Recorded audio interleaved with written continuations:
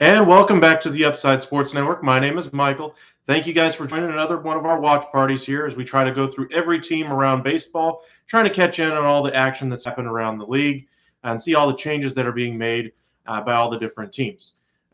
Today, we're going to go over the St. Louis Cardinals and the Milwaukee Brewers, so it should be an interesting one in the NL Central. So we'll see who comes out on top. We missed the top half of the first inning. Not much we missed there. Base hit to kind of lead things off for the Cardinals, followed up by a foul out and then a ground ball double play. And in the bottom of the second, two are out so far in the inning. And now we just seen a Hunter Renfroe double laced into left field. He's been hot the last few games for the Brewers, so he's definitely been the better return from the Jackie Bradley Jr. trade. Could have told you that one when that one happened. In fact, I think I did if you look back at my videos. Don't understand what Boston was thinking as far as getting rid of him, but that's what you got to do, I suppose, when you're trying to make things happen. But here we are in the bottom of the first anyway. Nothing to score.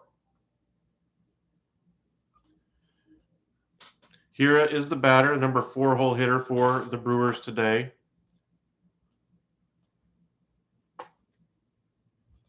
Hauser pitched a scoreless first. Matz, of course, on the mound now for the Cardinals. He came over from the Mets last year.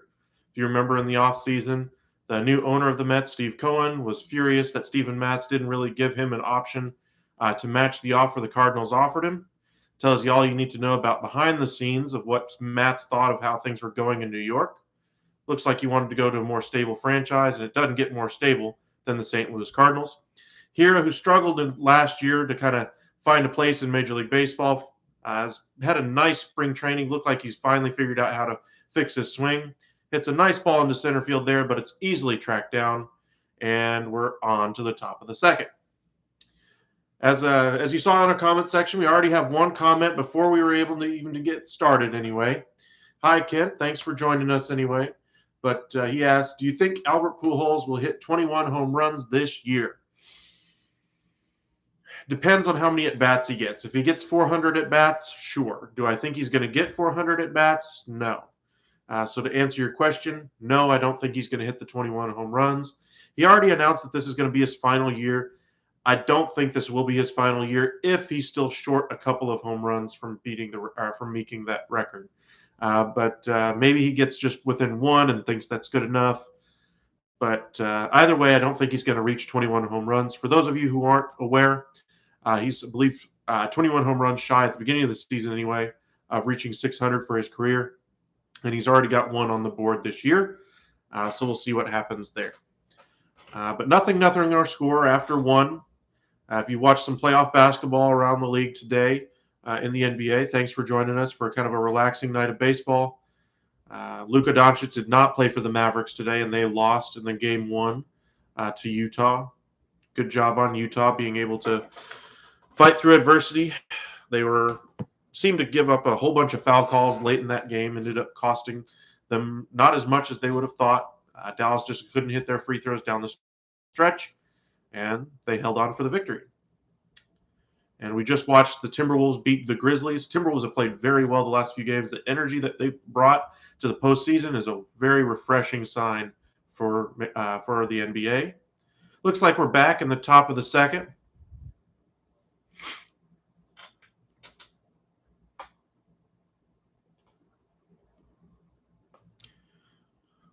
Nolan Arenado coming to the plate. If you'll remember correctly, he came from Colorado after all that acrimony he had a year now to kind of settle into St. Louis.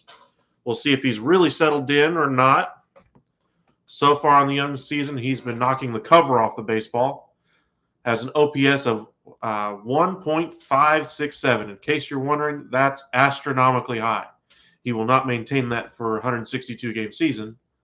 Take strike one there from Hauser, who pitched a very quick first inning. Hitting .435 on the year, 4 homers, 12 RBIs. We're only a handful of games into the season already. The pitch from Hauser right on the inside corner. 0-2. Good job by Hauser there, getting ahead of the slugger for the Cardinals. The Rockies actually paid the Cardinals $51 million to take him off their hands. That way they didn't have to pay that entire contract down. The Rockies just were not able to field a competitive team with him there. The money that they did spend did not go well. The bullpen that they tried to pay for a bullpen, and as you know, bullpens are kind of mercurial. One year they're good, one year they're bad. There's really no predicting it. There's only a couple of good arms in this game here. Josh Hader, we may see late in the game, is one of the few good closers in baseball that you can reliably count on from year to year. Outside of that, bullpen arms, one year they're good, next year they don't have a great year. And they decided to invest heavily in multi-year contracts for Jake McGee, Brian Shaw, and that just didn't work out. Dickerson up to the plate, one out here in the top of the second. Hauser pumps another strike into the zone. For those of you wondering, Philadelphia is on top of the rafters at halftime. Almost a 20-point lead there, I believe. Ground ball as he rolls over it to first base. Juggled by the first baseman, flips onto Hauser. Easily retired there. Dickerson gone on a couple of pitches. Hauser again working very quickly here in the top of the second. One thing we've seen around baseball is that with the PitchCom technology that the catchers have on their wrists and the starting pitcher has in their hat, it's made pitchers work a lot faster. And so that's worked to the advantage of Major League Baseball. They've tried to speed up the game in a number of ways. They've thought about doing a pitch clock, and it sounds like they're going to do that eventually anyway. But the PitchCom seems to have an added benefit, an unintended consequence, if you will, of speeding up the pace of play. A welcome sight for Major League Baseball. Ball bounces that one in there in the left-handed hitter's batter's box. Paul DeJong digs in. He's hitting 176 this season. Does have a home run. We'll see if he can kind of make some contact here, get on base, and get the game really going for the Cardinals. Swings through that one. 1-1 is the count.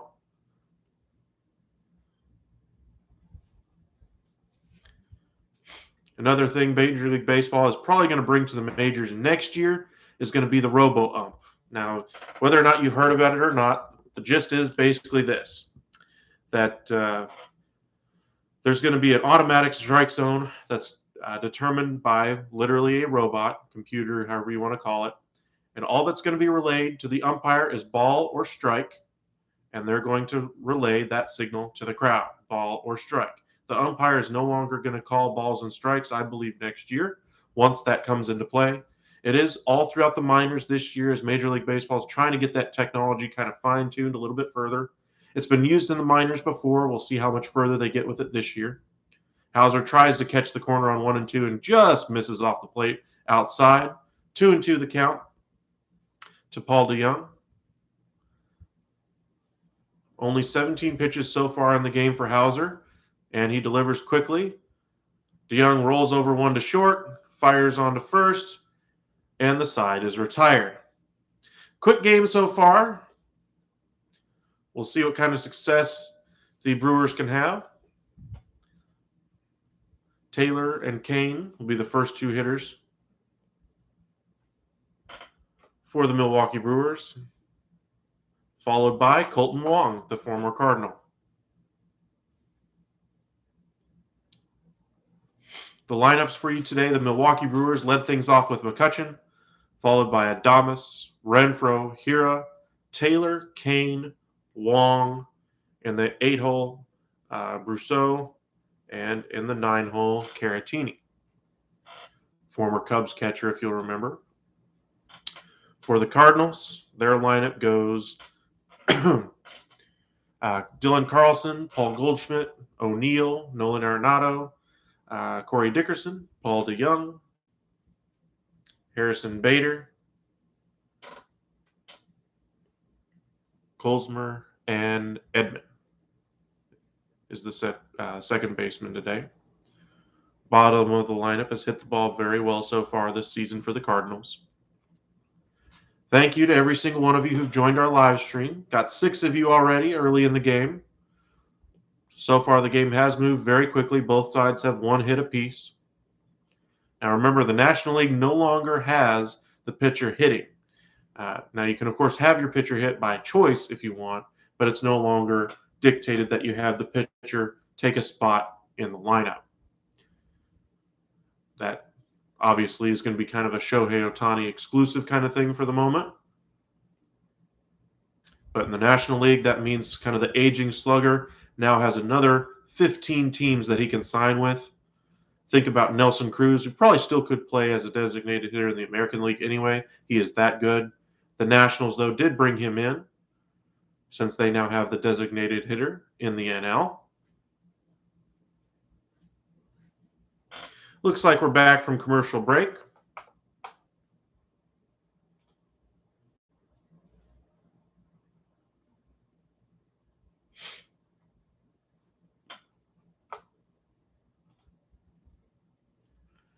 Matz pumps in one there, strike one to Taylor, hitting 133 on the year.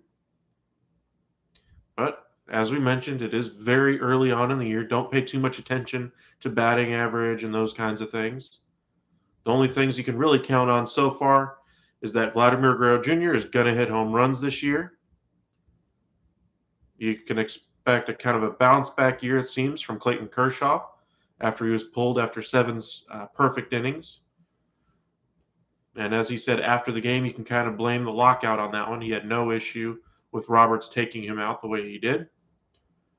He just didn't have the gas to be able to go 100 or so pitches early on. Bottom of the second, 1-2 to Taylor. Swings through that one just off the plate. Matz located that pitch very well and made him chase. Looks like he's recovered nicely after a rough first outing. Matz did sign that 4-year deal to sign with the St. Louis Cardinals. Lorenzo Cain comes up, former Kansas City Royal, World Series champion. Brought a lot of experience, brought some success to the Brewers since he's been here, as he says his hello to the catcher and umpire. Everybody thought when he signed that contract that the back end of that contract was going to be a little bit of an albatross. So far, he's proved all of the doubters wrong. Matz misses his spot, ball one. Cain 188 on the year so far, but as we mentioned, those numbers, throw them out the window. It's literally been like a week of the season so far. Cain gets under that one, pops it up behind shortstop into center field. Bader is there for out number 2. 2 quick outs here by Steven Matz as the game gets moving pretty fast now. Around the league, the Pittsburgh Pirates are leading 2-1. Rangers just started their game in the bottom of the second. Nothing to score there. Yankees and Orioles, top of the first, 0-0. Yankees have some tough questions to answer about their closer spot with Aroldis Chapman struggling in back-to-back games now. He walked the bases full against the Blue Jays. Just the other night, King came in and had to shut things down for him. Wong takes strike one here. 2 outs here in the bottom of the second. Strike 2 there at the top of the zone, 95-mile-an-hour, 2-seam fastball, as that one cut back over the center of the plate a little bit more than I think Matz would have liked. No swing, though. No harm done. Matz right down the middle. Wong fouls it off, though. A little late on that pitch.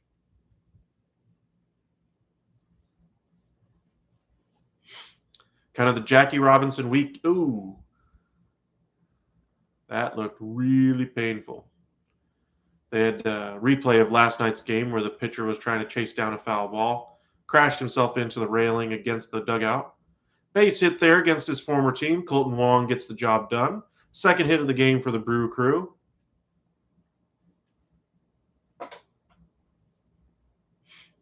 Brewers, of course, are the heavy favorite to win the division this year. Cardinals are always the model of consistency. Hope to have something to say about it. Starting pitching is probably the one area Milwaukee has the advantage over every team in the Central. Reds had that kind of advantage, but the Brewers just have that much better starting pitching now, especially after the Reds got rid of it all and look to be going through a rebuild phase. Rousseau digging in, the number 8 hole hitter for the Brewers, as Matz tosses the ball over to first. No Pujols in the lineup today, but we possibly could see him later on as a pinch hitter. He is more of a platoon player at this point of his career. Still a very knowledgeable base runner, so he's not going to be thrown out trying to steal bases, but he will try to take the extra base when afforded the extra base. Matz pumps one in there, gets ahead of Rousseau.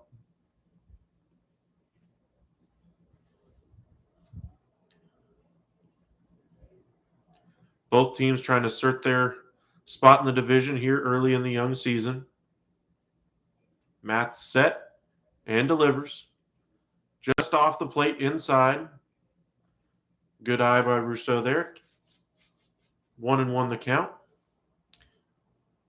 26 pitches so far for Matz here in the bottom of the second.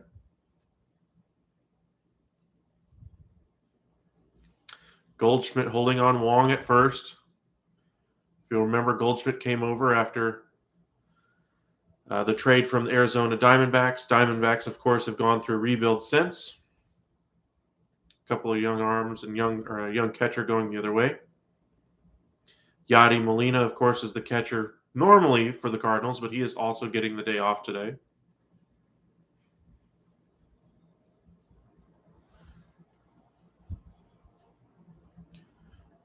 Fouled back by Rousseau right off the catcher's mask. 1-2 the count as Matz looks to get out of the inning here before any damage is done. Had a rough first outing for the Cardinals, has a 13 ERA coming into the game. But again, that's literally one start. But thank you guys for joining us. I know you had a lot of options today. Got NBA playoffs as those are going on. A couple of good games today already. That one reaches the seats as Rousseau fouls one down the first base line. NHL, of course, is having their season wind down. A lot of high-scoring games today across hockey. Only a couple weeks left in the season for them. Number of teams still in it that haven't been eliminated from postseason contention. Of course, football, there's always storylines to look into.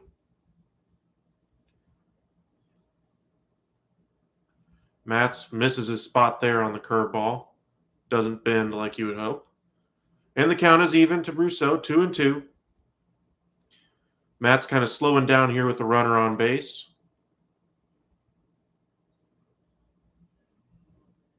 Cardinals looking for some bounce-back performances out of their pitching staff. Michaelis did not pitch well and had injury issues last year. They did bring in Steven Matz to kind of help address those. Rousseau flies to deep center field, but Bader is there in front of the warning track, calmly takes it in, and we are through 2 innings. Dylan Carlson, I'd like to see him play with more urgency, I guess is what I'd say there. Let me see here. Just want to pull up some of the numbers for Dylan Carlson. He's been one of the young outfielders there for the Cardinals there for a couple of years now.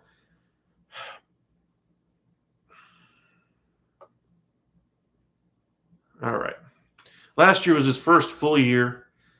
Just kind of looking at his numbers, getting full-time play last year, 266 average, but of course the game has kind of moved on from batting average.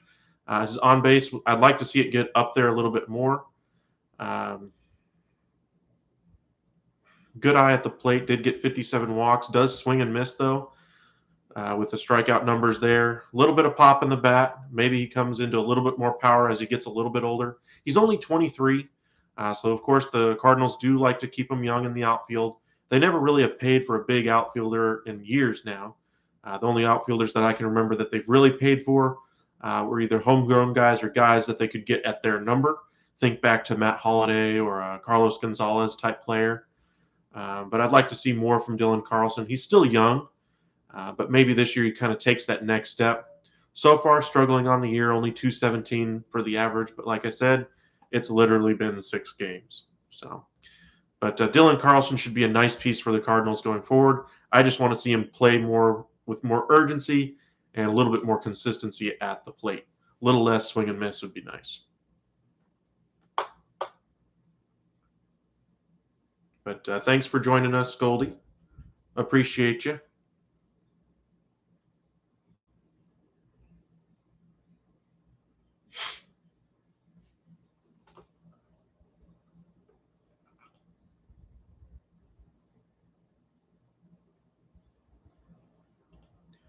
Looks like we're back out of commercial break anyway.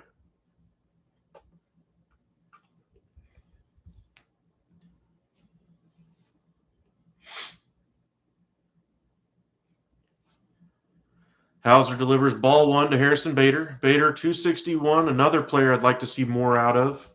He hasn't really established himself as a star level player with all the expectations that were brought on him early on in his career.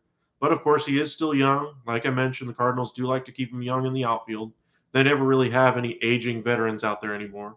The days of a guy like Jim Edmonds playing center field, they're not going to have those type of players anymore. They got a lot of young talent that they can deploy out there so that when it comes time to actually pay him, they can move on. I think Randall Grichuk, anyway, he was thought of as one of the top pieces out there for the Cardinals at one time. They moved on from him because they had a lot of other in-house options to go with.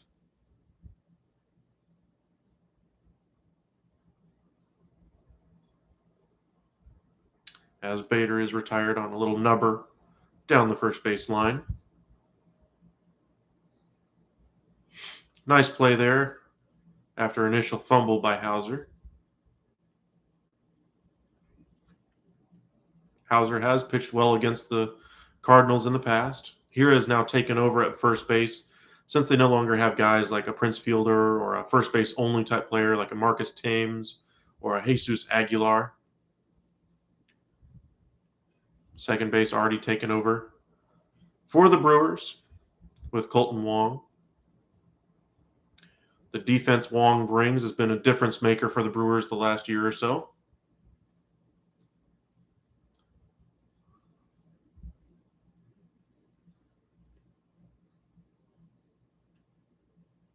Yachty's backup digs in.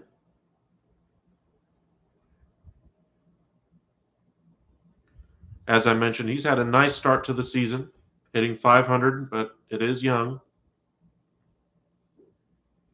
2-0 now the count as Yachty looks on intently. Yachty takes on a personal investment in every single backup he's ever had. Tries to groom them to be better players. Even in International League Baseball, think back to the World Baseball Classic, he talks with his catchers trying to improve their framing both behind the plate, tries to improve their pitch selection that they do try to swing at the plate anyway. Just a model ball player for Yadi Molina. Can't ask for much more from a leader. Even at his age, even though he's not the star level player that he once was, he's still the face of this franchise. Ever since Albert Pujols moved on, even with Albert back, Yachty's still the guy. Adam Wainwright came back for another year as well. Right down the first base line, and the hot streak continues. I'm going to guess at this name. Niskner? I don't know. I struggle with that name anyway. First game of the year I'm watching for the Cardinals anyway. But they are always an entertaining group to watch. Nolan Arenado is definitely worth the price of admission if you ever get to go see the Cardinals in your town.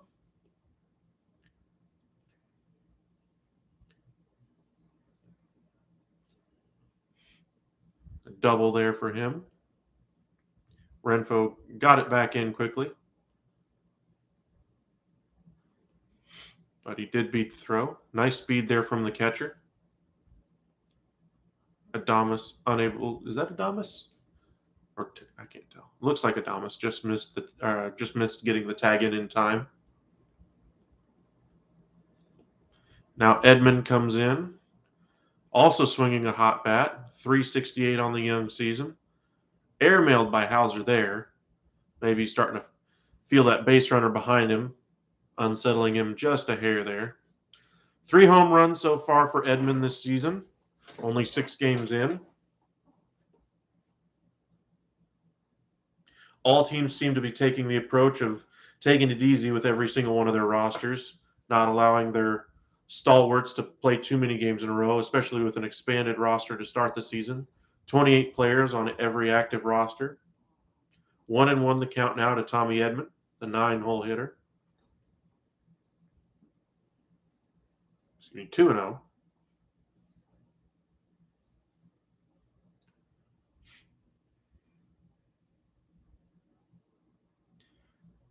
As Edman is set, Hauser delivers. Eventually. There he goes. And Edman rolls over one to second base, flipped on to first. 2 away, runner moves to third on the out. Not exactly what he was looking to do with that ball there, but did get the guy in, or did get him over to third base with 2 outs. Any base hit will score him. A wild pitch probably does as well.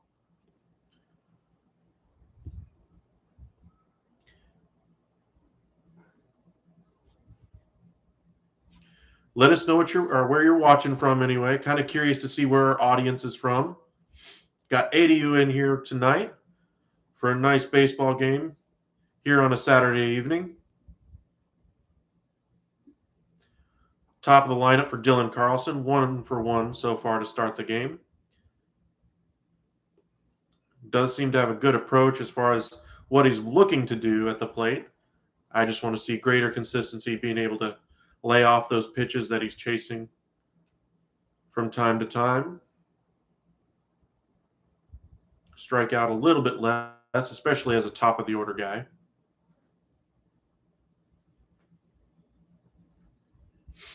Hauser set. And the 0-1 just misses low. Major League Baseball, of course, has stipulated they don't want that low strike to be called as much. Of course, if it is in the strike zone, it's a strike, honestly, but that's neither here nor there. Baseball wants that higher strike called this year. That way it'll try to induce more ball and play type of action. Robo umps, when they come in, it'll be a strike or a ball, whether or not it's in that box or not. Nothing baseball can stipulate one way or the other as an emphasis for them. 1-2 the count now as Carlson fouls one off down the third base line.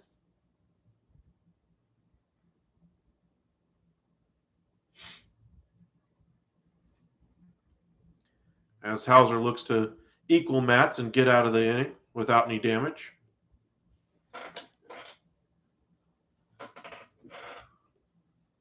Over the course of baseball history, I believe it's about 60% team that scores first does end up winning the game.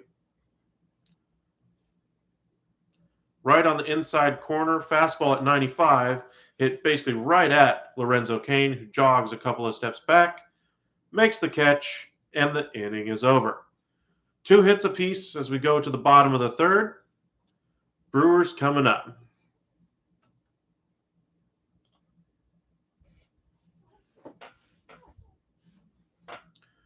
A good start here so far for Hauser. Going to start with Caratini, the 9-hole hitter.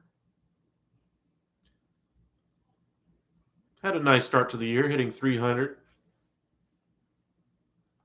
Followed by Andrew McCutchen, who is your designated hitter, signed with the Brewers this offseason, and Willy Adames.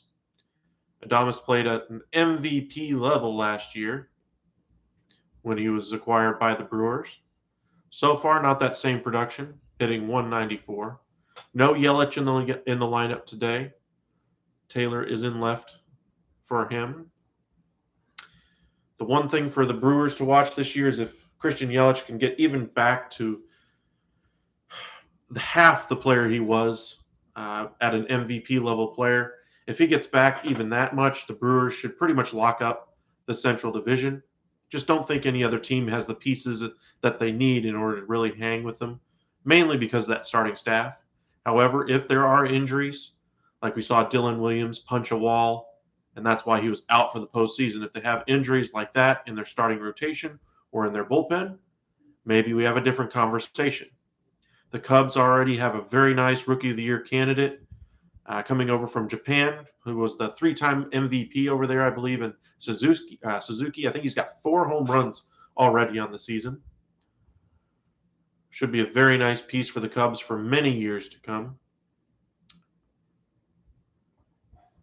Great investment by the Cubs. As we get back from commercial break,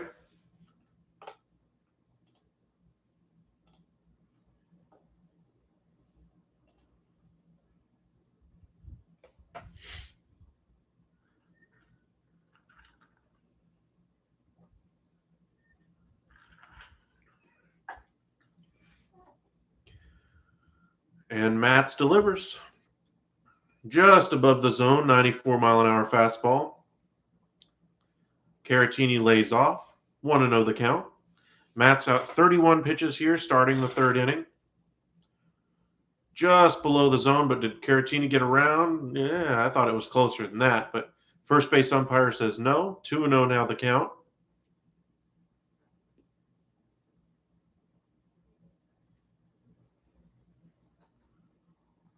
Off the plate again. Matz is a little bit off his spot so far here in the third inning. A's beat the Blue Jays today, 7-5. Everybody thought Oakland was going to tank this year, and they did by trading away all their veteran pieces. But that team is playing very well. New manager there as well. Bob Melvin, of course, has moved on to the San Diego Padres.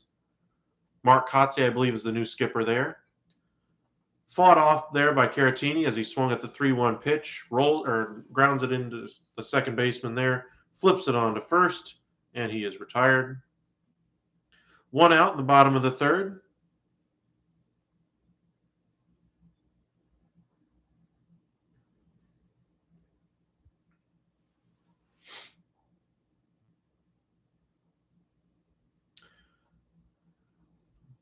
Among those trades this offseason, we saw the Reds ship off Sonny Gray, Jesse Winker, Eugenio Suarez. So the Reds team looks very different.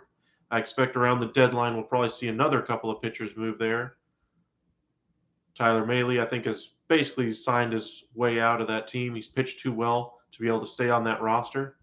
Maybe they move him and are able to offload even more money. Maybe a guy like Mike Moustakas.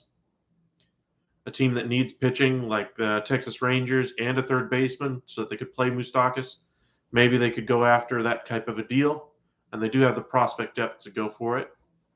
McCutchen grounds out to third baseman Arenado. McCutchen back in the NL Central after winning the MVP years ago with the Pittsburgh Pirates. Pirates are, of course, in a rebuild phase as well. They did sign a couple of their younger pieces to long-term deals. Brian Hayes, I believe, signed an 8-year deal to take him through his age 30 season, if I remember correctly. And then Brian Reynolds signed a 2-year, $13 million deal to take care of his arbitration years. Also gives cost certainty to the Pirates, and if they want to trade him, other teams will now know what that cost is going to be. As Adames takes strike one.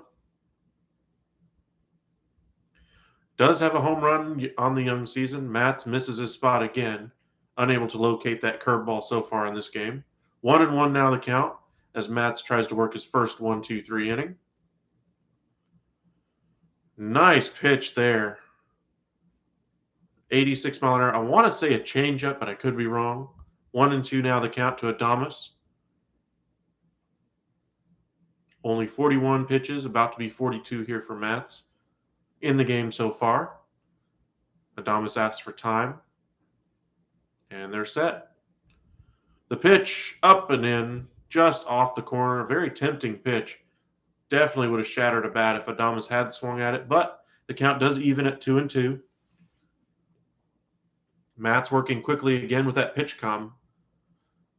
Swing and miss. Adames frustrated with himself that he wasn't able to catch up to that one. Looked like it was just a hair off the plate as well, so he chased it up and in. Back-to-back pitches in the same spot. Matz gets the better of him that time. And we move on to the top of the fourth inning. Thanks again for joining us here at The Upside. If you haven't hit that subscribe button already, please do so. Appreciate every single one of you who've joined our community. Trying to keep that number growing. Got a goal in mind by the end of the year, but got a ways to go till we get there. So just kind of enjoying the ride as we go along. Thank you guys for joining the ride with me. Try to bring y'all baseball, basketball whenever we can. Tonight we're probably going to end up doing a doubleheader game or doubleheader watch parties anyway. First game being the Cardinals and Brewers now. Later, I believe, be the Reds and Dodgers. Try to catch on to see what the Dodgers are doing on the young season. Remember, they did bring in Freddie Freeman, but they lost Kenley Jansen, Corey Seager, Max Scherzer. And so it'll be interesting to see how well they play this season. as they rely on some of their younger pieces again to fill in some spots. Of course, they've been known to hang on to their prospects for years and years and years. Just recently, finally giving in and trading away some of those pieces in order to acquire Trey Turner and Max Scherzer. Trey Turner is in a walk year, so we'll see if the Dodgers pony up and pay him. But they unfortunately don't have Corey Seager. And he's had nothing but success so far with the Rangers. Actually got Barry Bonds level treatment in last night's game, got intentionally walked with the bases loaded. I guess they didn't think much of what was behind Corey Seager, but they still ended up scoring 2 more runs after that. It was 6-2 at the time at the end of the inning.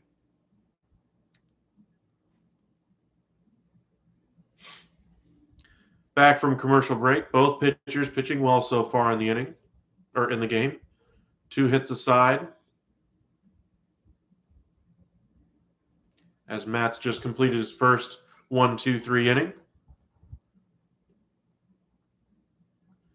Got 8 of y'all with us now. We appreciate y'all joining us here on a Saturday evening as Goldschmidt takes strike 1 right down the middle. 182 on the young season, no home runs, does have an RBI. Goldschmidt looking to find a groove here in the young season. Hauser misses his spot there, but Goldschmidt doesn't offer at it. 0-2 now, as that pitch was right down the pipe. And the pitch. Up and in, just missed. Honestly, if robo umps are around, I'd be interested to see if that tickled the top corner or not. Robo umps, as I mentioned, will be a thing next year. Put money on that one.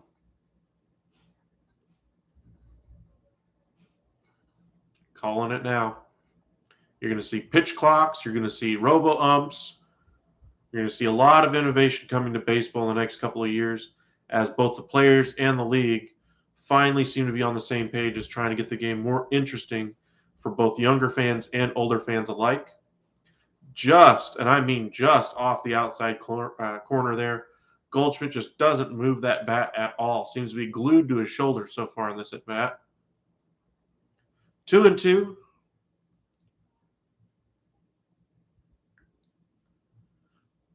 Down and in, rolls over it to Adames. On to first, and Goldschmidt is retired. Goldschmidt made some nice contact there, but unfortunately right at the shortstop. Not going to get the job done for the Cardinals. See if he can get on track in his next AB. As O'Neill digs in, who's taken over as the number 3 hole hitter. Hitting .261, does have a homer and 6 RBIs so far for Tyler O'Neill.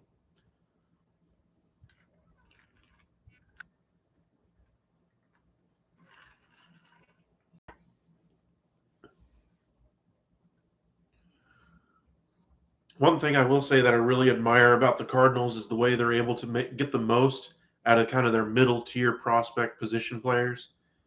I mean, these outfield prospects that they've been calling up have never been thought of as number 1 overall prospect, but they have had some upper profile or higher profile prospects come through the system, but nobody that you were like, yep, that's a surefire Hall of Fame player right there. And yet they still get very nice production every single year out of every single spot. Hauser misses his spot there and doesn't get credit for the strike from the home plate umpire. 2-1 now the count to O'Neill. That is one thing I definitely admire about the Cardinals, the way they're able to continue to churn that outfield. Infield, they're a little bit more steady there. Shortstop's been kind of a revolving door for almost a decade now. Hauser right down the middle, rolled over, foul ball to the third base line. 2-2 the count.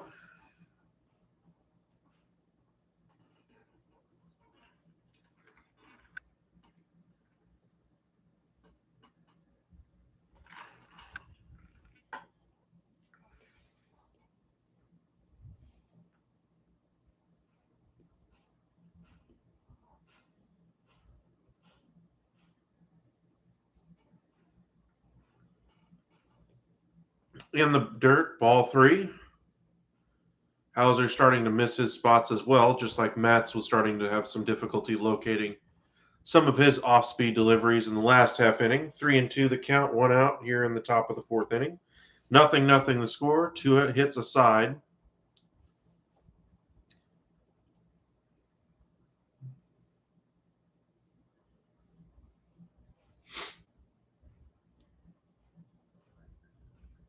Up and in. O'Neill lays off, and the first base umpire agrees, and O'Neill works a 1-out walk.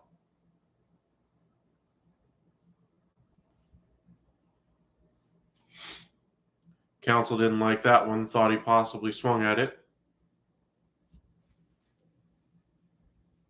Craig Counsell, manager of the Milwaukee Brewers for another season. Ooh, that might have actually tipped off the bat there.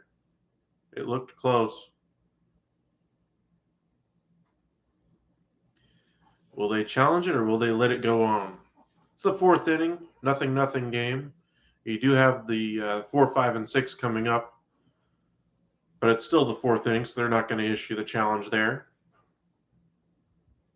Arenado digs in just off the plate as Hauser starts to continue to have more of that struggle this inning, locating his pitch. 417 on the year, 12 RBIs for Arenado already. 1523 OPS, a ridiculously high OPS for the Cardinals' third baseman. Hauser delivers, and off the plate again, is missing his spot by about 2 or 3 inches. He's not missing it by much, but it's enough to miss his spot and get it behind in the count. Now he falls behind Arenado 2-0.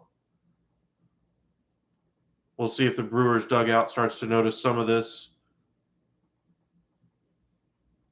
Comes out to say a few words if he walks Arenado here.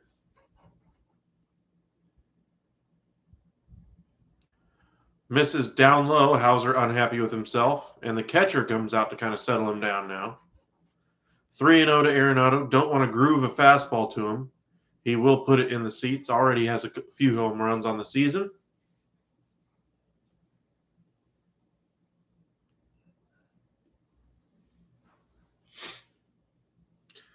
And the conference is over.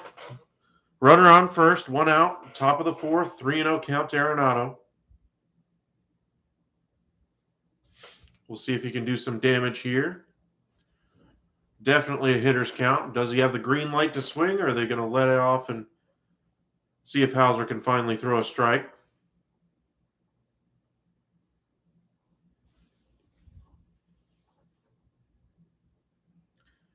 Just off the outside corner, looked like ball 4. Tyler O'Neill was going on the pitch anyway. Throw may have been in time, but the tag looked a little bit late. Doesn't matter, though, because Arenado was issued a 4-pitch walk. Just, and I mean just, off the outside corner. Robo probably calls that one a strike as it tickled the outside corner. But Hauser, there's no doubt about it, he's starting to have some control issues this half inning. At least he's missing off the plate and not down the center. Doesn't just groove one down the center of the plate. If he does that here to Corey Dickerson, it will be a 3-0 game. Does have a lot of that pop, or have a lot of pop in that bat. Is struggling so far on the year. No home runs and a 111 batting average. Hauser again misses a spot by about 6 inches that time. Fastball off the plate. Ended up in the right-hand hitter's batter's box anyway.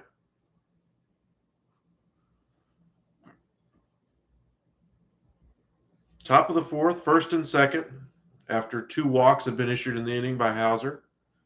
Down low, as the catcher does a nice job trying to frame that pitch, but that was definitely a little too dramatic of a pickup. 51 pitches now in the game so far for the Brewers starter, as the coaching staff for the Brew Crew looks on intently.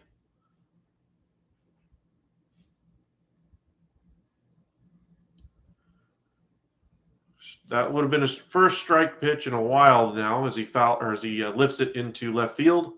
Tracked down by Taylor, flips to Adames, as he runs it back into the infield. Runners hold at first and second. 2 away now, as Hauser looks to get out of the inning without any damage being done again. We'll see if he is equal to the task. Paul DeYoung digs in, 167 on the year. Does have a little pop in his bat for a shortstop. No cheap outs anymore in the NL, as the pitcher is no longer in the lineup, or in the batting order anyway, as that one is lifted foul behind the first base dugout. 0-1 the count to DeYoung.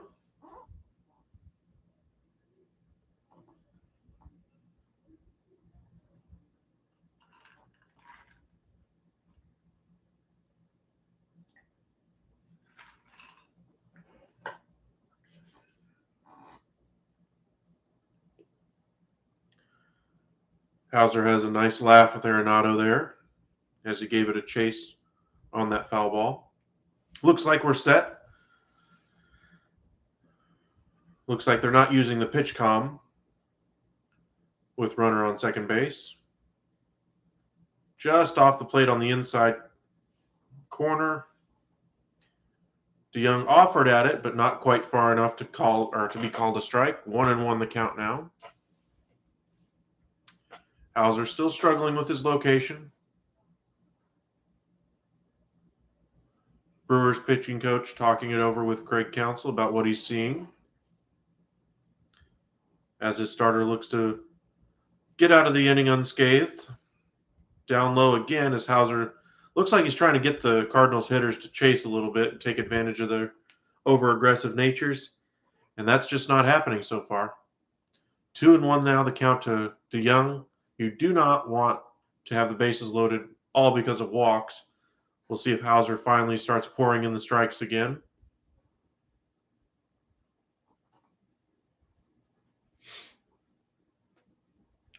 That looked like it was going to be a ball, but DeYoung swung and hammered it right back at his own dugout down the third base line. 2-2 is the count now.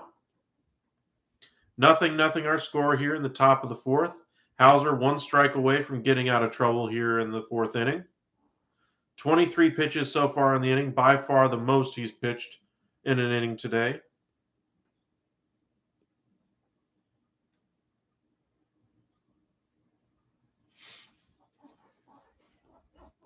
Already up to 56, and remember, with shortened spring training, you don't expect too many pitchers to get even close to 100 at this point of the season. That pitch is well off the plate, missed his spot by a good 5-6 inches. 3-2 now the count. With 2 outs, the runners will be on the move. DeYoung ready to at least make contact here, hoping to find a gap, find a hole in that defense as Hauser steps off. Calms himself down as they change up the signs, it looks like.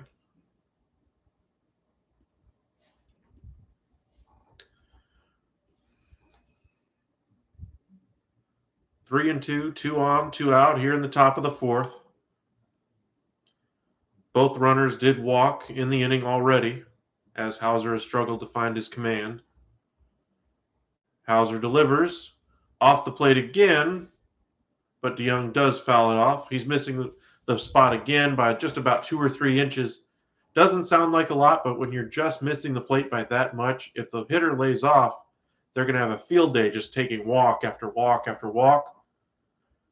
So we'll see if Hauser can kind of tighten things up again like he had in the first couple of innings. Again, runners will be on the move with 2 outs in the inning. The pitch, DeYoung laces one down the left field line. Fair ball over the third baseman's head. Runner will advance to third on the throw, and the runner will advance to second on the throw into third base there as well. A little bit of a gaffe there by the Brewers on defense. Should be first and third, but instead it is now second and third with 2 outs. And we have our first run of the game as Paul DeYoung laces one down the left field line. They may end up scoring that one as a double anyway, but we shall see. In my book, though, that throw should have come into Adames. You were not going to be able to catch the guy at third.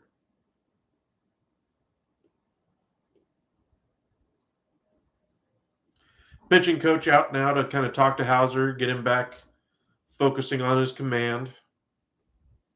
59 pitches now, as Hauser's run into a little bit of trouble here in the top of the fourth.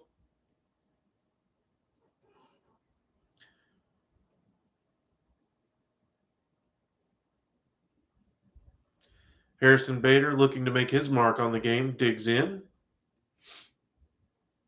They do have first base open, but remember, 8 and 9 are the ones who got things started in the last half inning for the Cardinals before the Cardinals half inning had to be retired.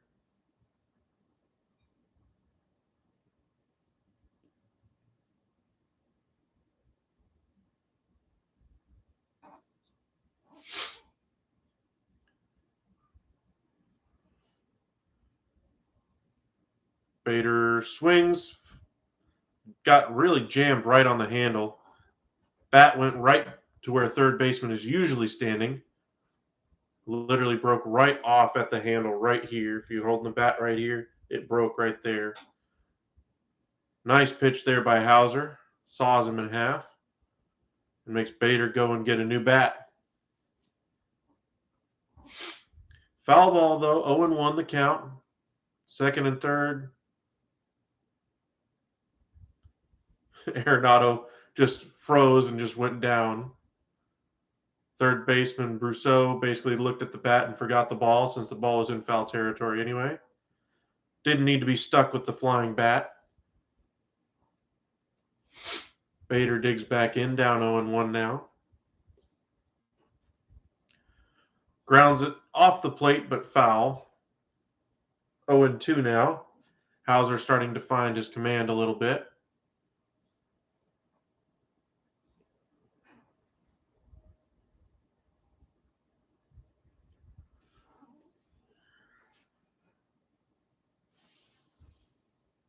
Royals beat the Tigers today 3-1.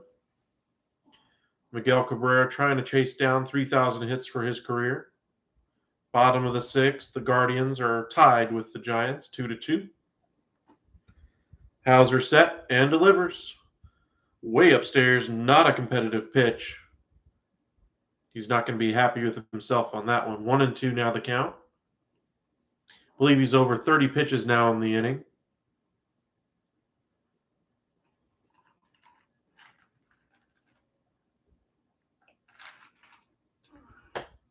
A little bit of offense in the Rangers-Angels game, 3-2 at the end of the third inning. Bader swings at strike three down in the dirt, flip on to first to complete the strikeout, and Hauser gets out of the inning, allowing only the one run to score. We'll see how he pitches in the next half inning and see if his command comes back. Renfroe due up first for the Brewers in the next half inning. Well, thank you again for joining us here at the Upside. Saturday Night Baseball. Send us your questions, your comments about the game, Cardinals, about the Brewers, Yelich, Pujols, Carlson. We already had a comment on that. Appreciate all of you joining us here on a Saturday night as y'all look to unwind after a long week at work or school or whatever you might have been doing. It's one thing I always enjoyed about the game of baseball. No matter what type of week you have, you watch a game of baseball, you always seem to come out a little bit more relaxed than you did before.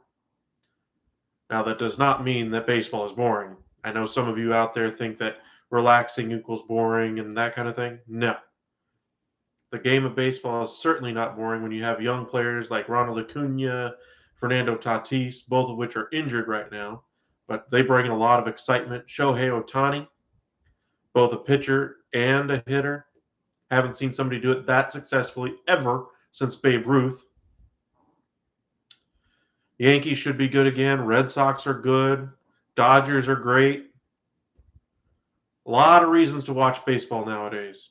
So we appreciate you tuning in and enjoying the Cardinals and Brewers with us.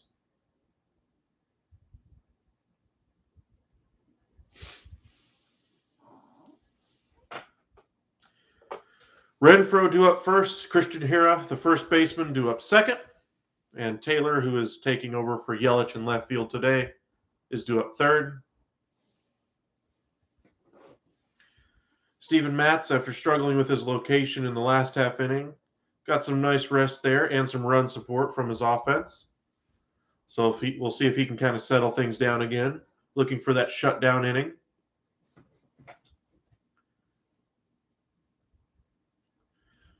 There's a couple of things in baseball that surprised me this past offseason. First was the trade of Hunter Renfroe from Boston to Milwaukee. I just didn't understand why Boston was giving up on a slugger. I can tell you right now, they could definitely use him in their lineup, as they've struggled a little bit here to start the season. But there's always been a lot of power in that bat. It was just about whether or not he could make enough contact in order to make it count. But Jackie Bradley Jr. going back to Boston, I get it for nostalgia and maybe you want a little bit better defense. But the arm on Renfroe is about the same as the defense of Jackie Bradley Jr. at this point. But you get a lot better offensive player in Hunter Renfroe. 1-2 now the count to the Brewers slugger. Swing and a miss, strike three there. Matz blows one by him right down the middle of the plate. But that was the first move that mystified me, why Boston would trade Renfroe and a prospect, I believe, to the Brewers to take on Jackie Bradley Jr., who does have a hefty contract himself. Just didn't really see the logic behind it. The other move that was completely mystifying me, or to me anyway, was the addition of Chris Bryant to the Colorado Rockies. I get that they have a lot of players that can play a lot of different positions. Ryan McMahon, they got a lot of outfielders that can play all three outfield positions. They got a lot of talent there as well. But the one thing that they've never been able to really do is form a team around a big contract. Now, I understand you got to at least sign somebody, but they weren't able to build a team around Nolan Arenado. They weren't willing to offer a contract really to Trevor Story. There were some comments that came out about their starter, John Gray, and how things ended there. It just seems that front office seems to rub people the wrong way that are in the organization for a long period of time. So I didn't understand the reason why Chris Bryant would go there. Maybe no other team was bidding at that level, but I find that hard to believe. I believe the Seattle Mariners were willing to give him that type of a contract, but I don't think he really wanted to play in Seattle more than anything else. Seattle's going to be a very good team this year. I actually believe they're going to be a postseason team, as we have a 2-2 count now to Christian Hera. 1-0 Cardinals here in the top of the fourth. But the Rockies were not able to form a team around Nolan Arenado, and that's why he's on the Cardinals right now. They actually paid $51 million just to get that contract off of their books. Cardinals still getting money from the Rockies to complete that deal. Prospect package going back the other way was not that impressive, considering how great of a player Nolan Arenado is. The 2-2. Right down the middle. Here it takes it looking, and Matz gets the strikeout. Good start today for Steven Matz. Bounced back after a rough first outing. That ought to bring down that ERA. That's why you don't really worry about numbers too much. Steven Matz was not going to have a 13 ERA all season long. If he did, he would not have been pitching past May, even with a 4-year deal that he signed this offseason.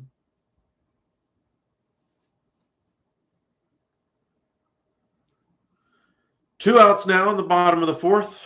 Tyrone Taylor digs in. Struck out his first at-bat, hitting 125 early in the season. Fouls that one off. Right down into the dirt. 0-1 is the count.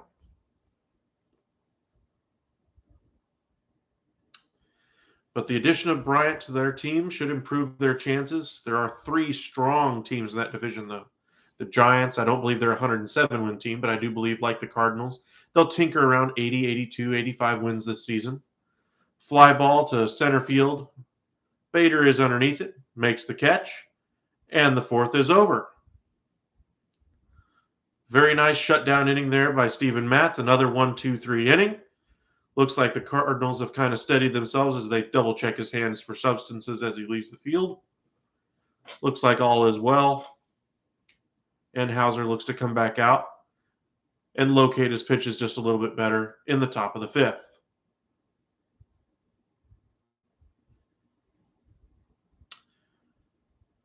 But yeah, the Chris Bryant addition, I thought a team like Seattle really should have gone after him even more so.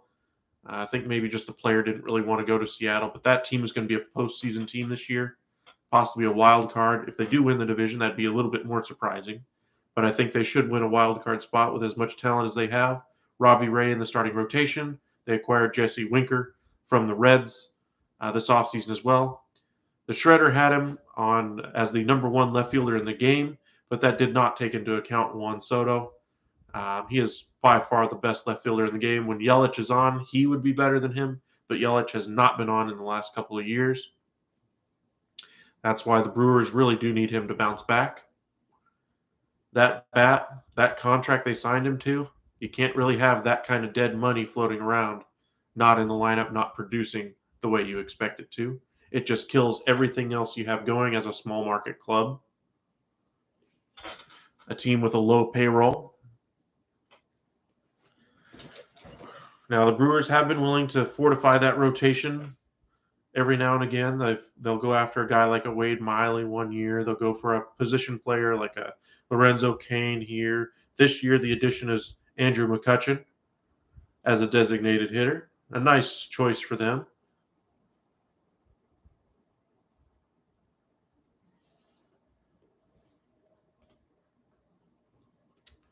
Looks like we're back out of commercial break. Hauser takes to the mound again. Let's see if he can locate his pitches a little bit better.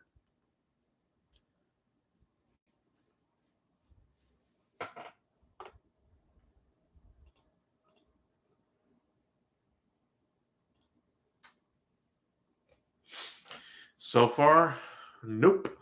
A little bit more struggle for him. Bottom of the lineup is where the trouble started for him in the third, anyway. We'll see if he can retire the 8-9 guy. Excuse me, swing by Knizner. I'm just guessing at that name again.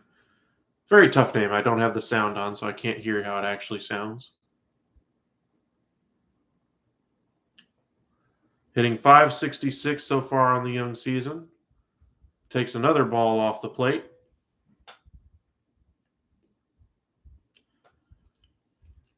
We know the back end of the Brewers bullpen is elite, but how's that middle of that bullpen?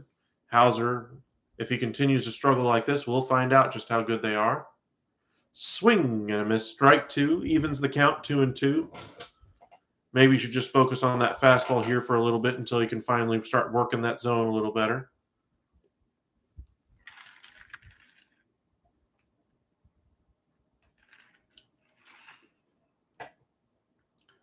Right on the inside corner, painted that beautifully.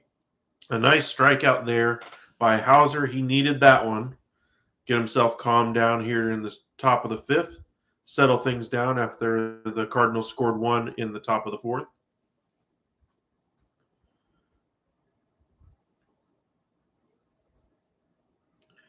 Phillies on top of the Marlins, 9-2 in the top of the sixth.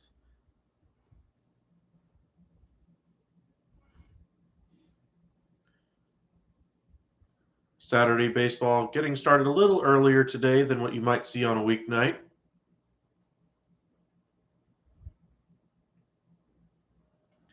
Stay tuned to us later this evening. We'll cover the Reds and Dodgers in game 2 of our doubleheader of a watch party anyway. Probably stop this live stream and start another one when that one begins. 70 pitches now for Hauser here in the top of the fifth. Looks like they're not using the PitchCom communication right now as he's throwing down signs at the moment. Maybe Hauser just doesn't like working with it. Edman 0 for 1 today so far. 1-2 the count now to him.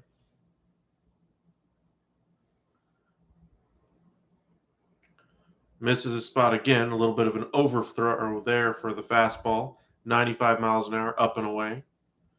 2-2 now the count to Tommy Edman.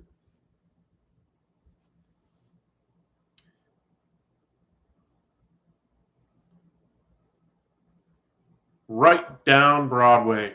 Strike 3 called. 2 outs now as Hauser has struck out the first 2 hitters of the inning. Pittsburgh Pirates on top of the Washington Nationals 3-2 in the fifth at the end of the 5th inning. Still 3-2. Angels on top of the Rangers in the top of the 4th. 0-0. Yankees and Orioles in the bottom of the 3rd.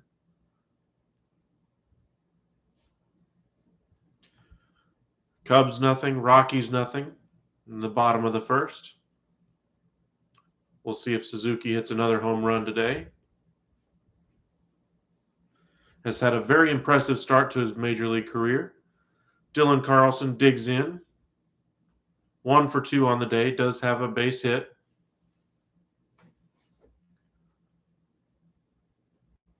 Very nice curveball as Hauser's finally able to bend that one over and get it for a strike. 1-1 the count. 2 outs here in the top of the 5th. If Hauser can get Carlson here, maybe he comes back out for the 6th. If not, we probably are looking at a new pitcher in the 6th inning for the Brewers. 95-mile-an-hour fastball on the outside corner. Strike 2. 1 more strike, and Hauser is out of the inning with a shutdown inning after giving up 1 in the last half.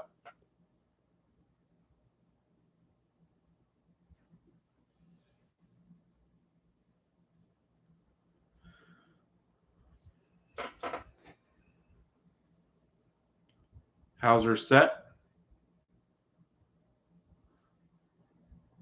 And delivers. Way outside. Looks like the catcher set up really late, and maybe that kind of threw off Hauser. Catcher not trying to give away the location of the pitch too early anyway. 2-2 the count to Dylan Carlson.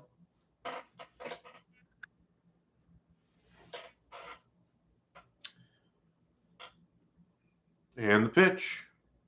Just off the plate, just missed it by a couple of inches. Hauser missing his spot there. Like to have that one back. 3-2 now the count to the leadoff hitter for the Cardinals.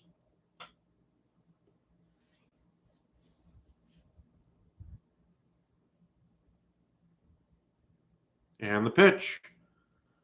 Low, would have been a ball, and he would have gotten on base via the walk again, but swung and miss over the top of it, and he strikes out as they complete the strikeout by tossing it on to first. Hauser strikes out the side, settles down here, and we go to the bottom of the 5th. Thank you guys again for joining us here on a Saturday night. Appreciate all of you who've already subscribed to us here at The Upside. Got 7 of y'all watching us right now. Appreciate all of you for joining for Saturday Night Baseball. Tell your friends to join us here at the watch party.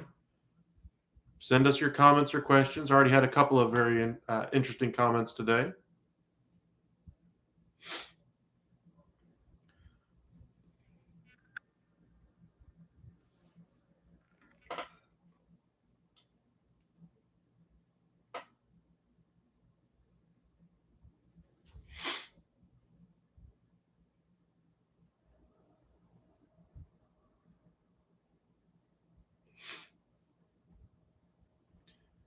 NBA playoffs got underway today.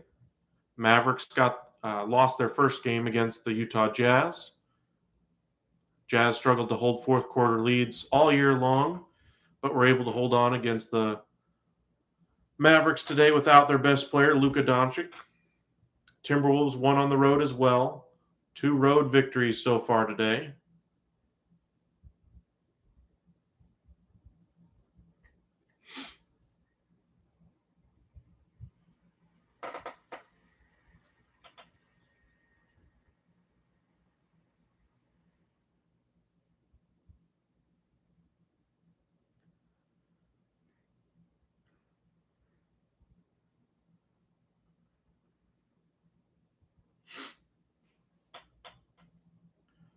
Looks like we're back from commercial break.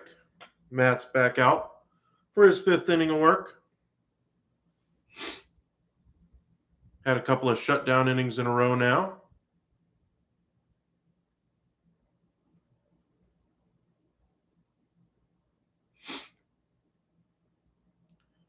One thing that Brewers do enjoy is having their home field in a dome. They don't have to worry about the weather in the summer. Their fans can always come out and enjoy a nice afternoon or evening game, no matter the temperature. Other teams around the league are starting to realize that having either a retractable roof or a dome is becoming very much more advantageous, especially when you consider World Series games. Lorenzo Cain hits it off the end of the bat but flies to deep center. Bader is there in front of the warning track, takes a couple of steps back and makes the catch.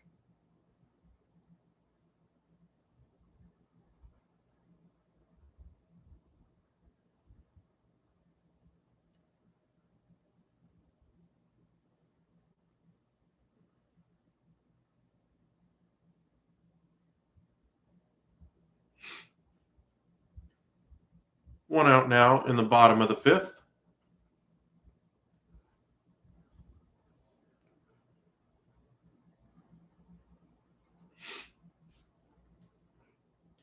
Wong takes a ball there, looking to get on base for the second time in the game. Already has a single here against his former club. Ooh, a very nice curveball there by Matz. Got over the outside corner according to the umpire. According to the pitch tracks, looked just a little bit off. But a lot of movement on that pitch. Wong grounds that one right into his foot. 1-2 now the count. Matt's looking to get out of this inning quickly here and get his team back to the plate.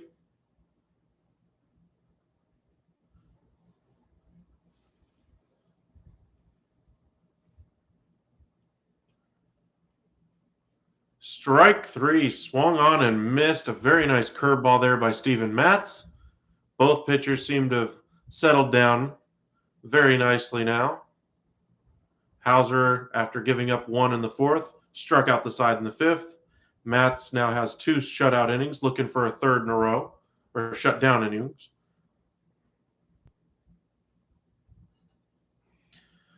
Two out, nobody on. Rousseau, the 8th place hitter in the lineup, to hit. Another curveball by Matz. Looks like he's finally locating that pitch just a little bit better.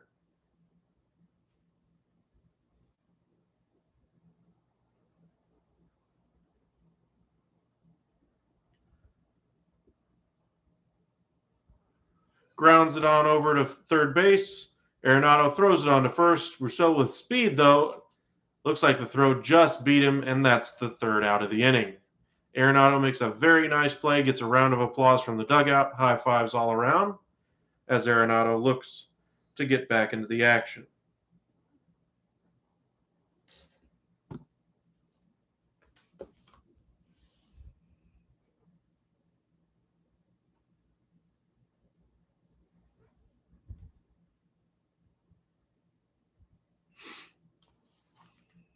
On to the top of the 6th anyway.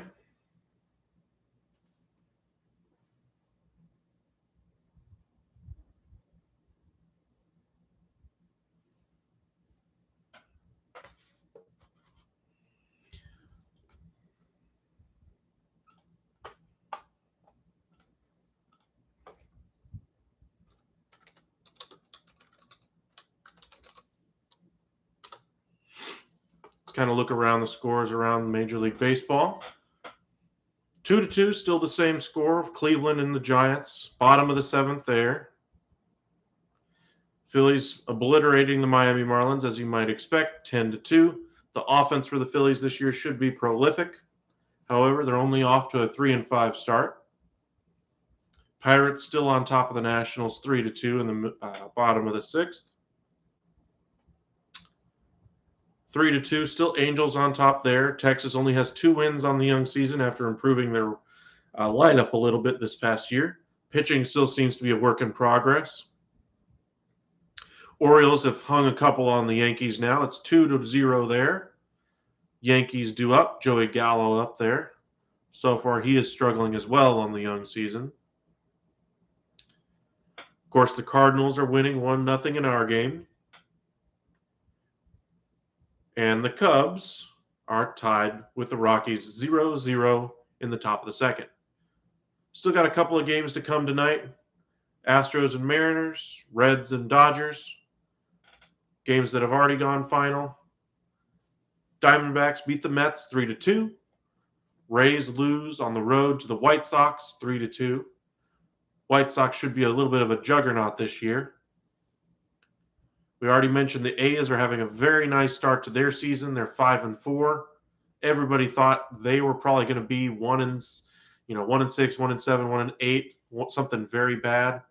But that team has rallied around their young pieces. Christian Pache hit a home run in the game today, one of the pieces that they got back in that trade for Matt Olson. Braves won 5-2 over the Padres. Ian Anderson getting his first win of the season, bouncing back after a rough first start. Kenley Jansen, the closer for the Los Angeles Dodgers the last several years, gets his second save as a member of the Atlanta Braves. Kansas City won over the Tigers 3-1, and the Red Sox beat the Twins 4-0. Looks like we're back out of commercial break. Hauser's back out for his sixth inning of work anyway.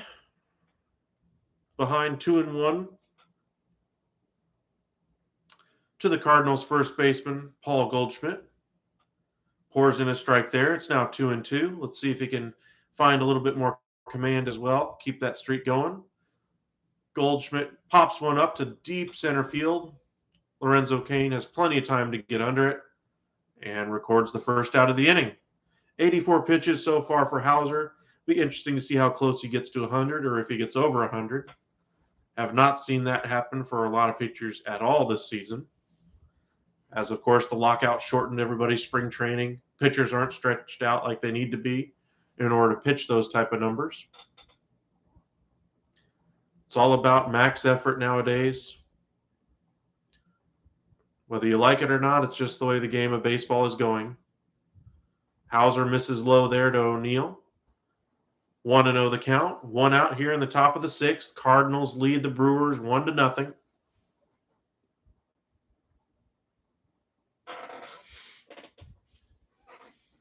Nolan Arenado waits in the wings,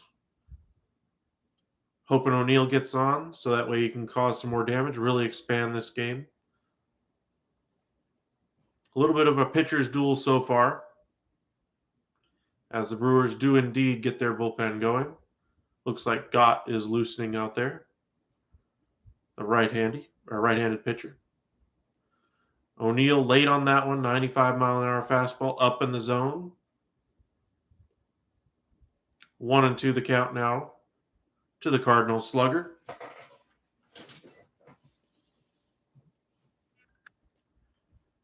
Hauser gets out of the inning. That'll be a very nice start for him. Would be a quality start. Anytime you give up less than 4 runs and pitch 6 innings, that goes down in the books as a quality start. Brewers seem to have an abundance of pitching at the moment. 3 nice horses in the rotation, and then Hauser, of course, is there. Only giving up 1 run so far today. 2-2 the count to O'Neill as he fouls that one off his foot.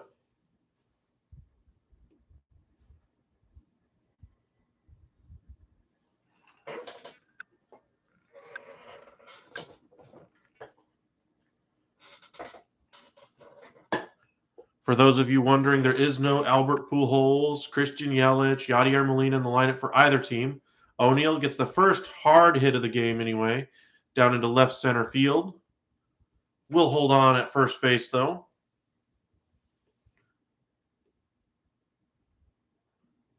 As Carlson was able to get that one back into the infield quickly. Or, excuse me, as the Taylor was able to get that one into second base quickly.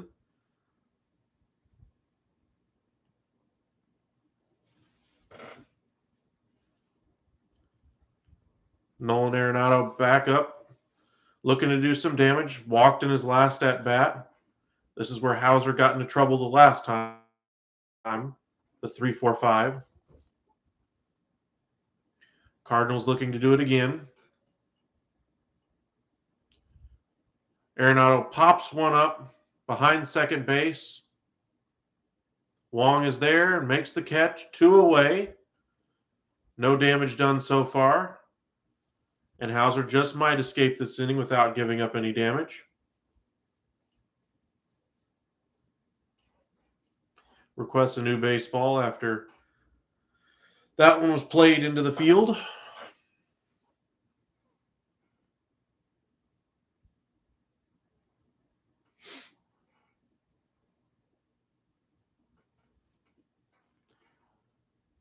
As Corey Dickerson digs in, now hitting an even 100 on the season after going 0 for 2 so far to start the game. Has not worked out well so far early in the season for Corey Dickerson. Of course, there's a number of players across the league that can say the same thing. Don't put too much stock into a 6-game stretch. We'll see how they are after the first month, month and a half, 2 months of the season. Still hitting like this at the end of May, we're probably looking at less playing time for him going forward.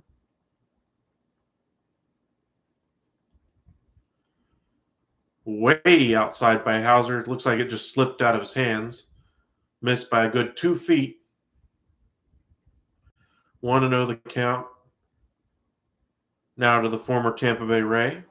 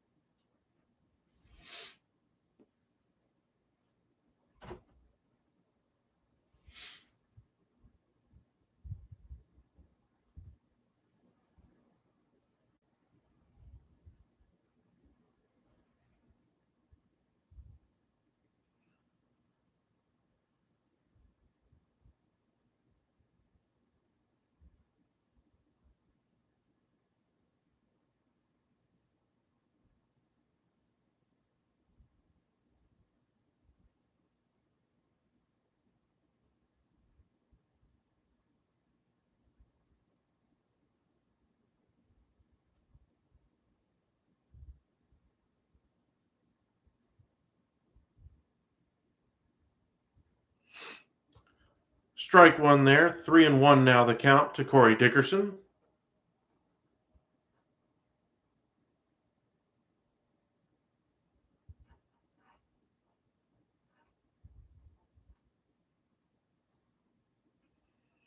As Hauser looks to get out of the inning unscathed.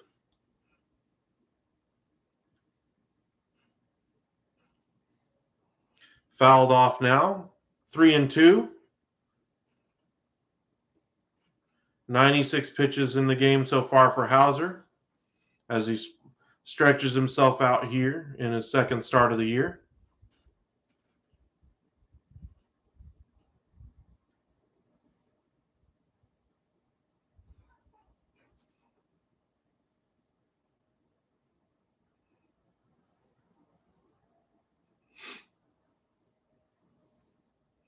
Runner takes off with 2 outs. Ball 4. Hauser again finding some trouble, and this might be a pitching change, and it looks like it is. Counsell making the slow walk out of the Brewers dugout. Looks like they're going to make the move to Gott. 2 outs here in the top of the 6th. 5 2/3 innings for Hauser. Leaves 2 runners on base that are his responsibility, so we'll see if they're able to shut the door in either event. Not going to be a quality start by the letter of the law anyway, but he did pitch well, only giving up the 1 run today in 5 2/3 innings. Brewers offense just hasn't been able to give him any run support today. Send us your questions about either the Brewers or the Cardinals. We accept any and all of those questions. Appreciate all of you for joining us here on a Saturday evening.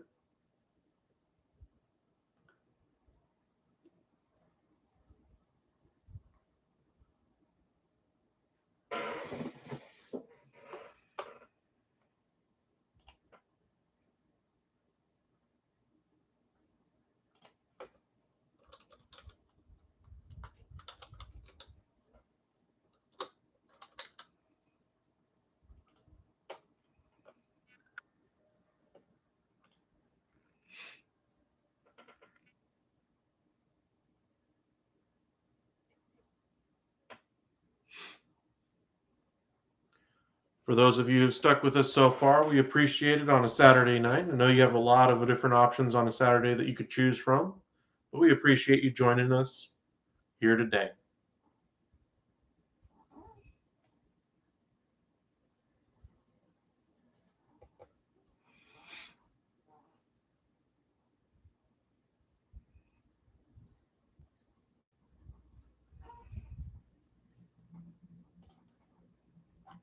Just going to check in on those scores again, see if anything's moved for y'all.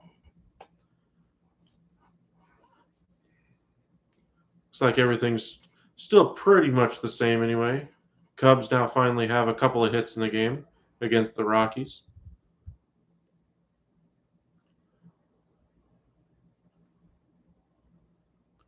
Verlander, the starter for the Astros today. Looks like they're about to get underway in Seattle.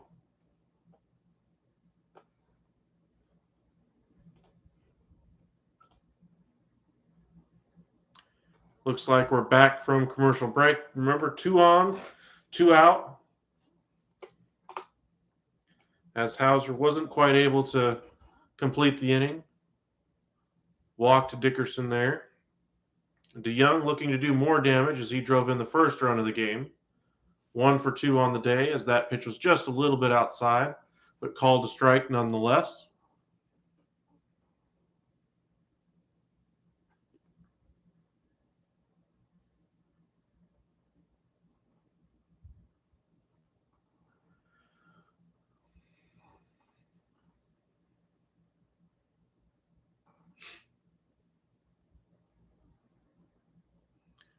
A lot of effort in that delivery. Popped up behind shortstop Adames, backpedaling fast, is able to get underneath it, and the side is retired.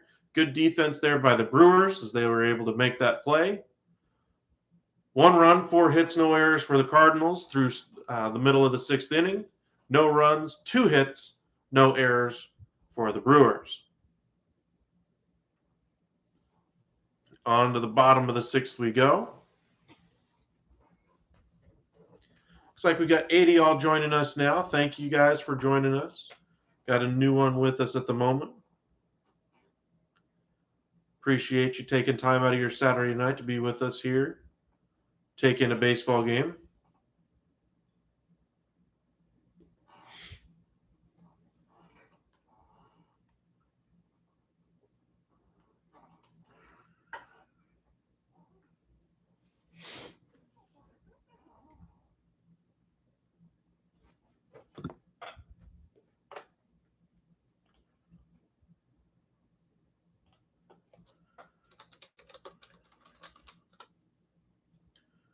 Checking in on some of that playoff basketball anyway.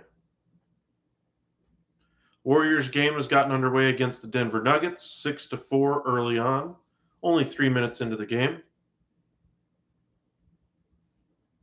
Timberwolves beat the Grizzlies 130-117 to take a 1-0 lead and take home court from the Grizzlies as they won in Memphis. 76ers obliterated the Raptors, just basically led by 20 for the entire second half. Scotty Barnes, the rookie for the Raptors, did come up with an injury in that game. And we already mentioned the Jazz beat the Mavericks today 99-93.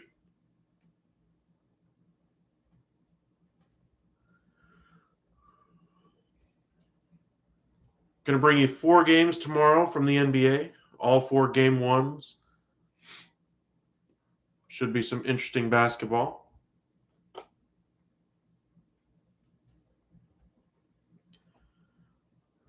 Join us tomorrow at about noon Central anyway.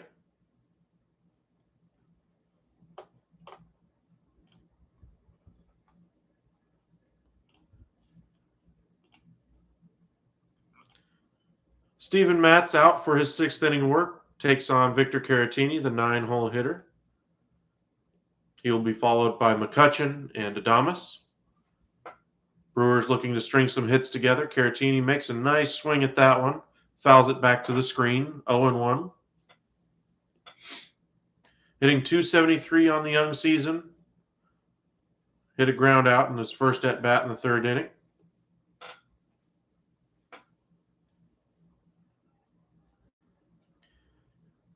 Caratini looking to find a home here with the Brewers after spending some time with the Cubs. And then subsequently traded last year. I believe he was traded anyway.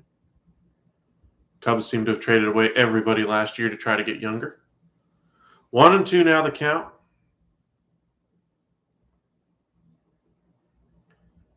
As that pitch finds the dirt, 2-2. The pitch down the right field line. Looks like it might get down, but no. Very nice play by Carlson there in right field. Does have some speed there and was able to catch up to that ball that was tailing away from him. Matt's appreciative of the defense there. That ball, if it had gotten down, probably is extra bases. Carlson got a good jump. No wasted movement. Made it look easy. 68 pitches so far for Matz. 5 1/3 now. McCutchen digs in. Looping curveball isn't able to get over. Looks like he's struggling to find the command on that pitch a little bit like he was earlier in the game. Changeup on the outside corner. McCutchen takes a strike there, 1-1.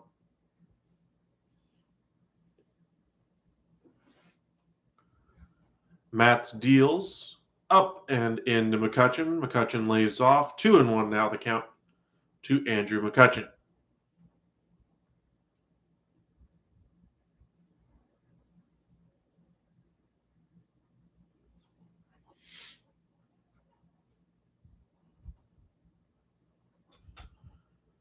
Two and two. As McCutchen evens the count. Asks for time. And digs back into the box. McCutchen looking to get things started here for the Brewers here in the 6th.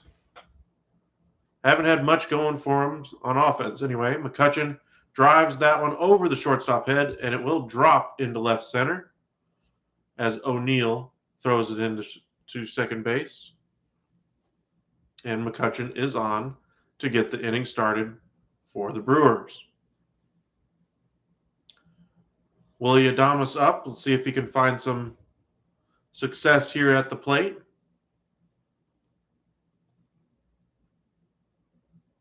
McCutchen knew it was good the second he hit it.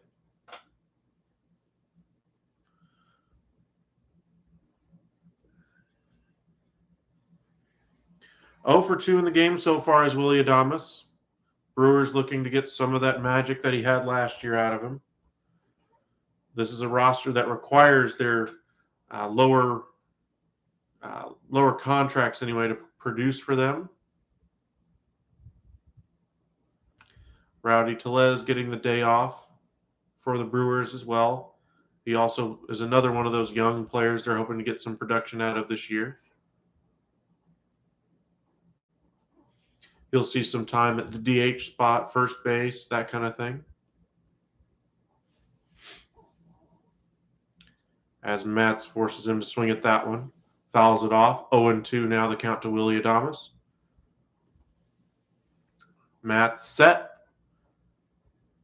And the delivery. Down and in. Unable to locate the zone with that pitch. 1-2 now the count to Willie Adames. Does have a fly out today and a strikeout. Hitting 188 on the year.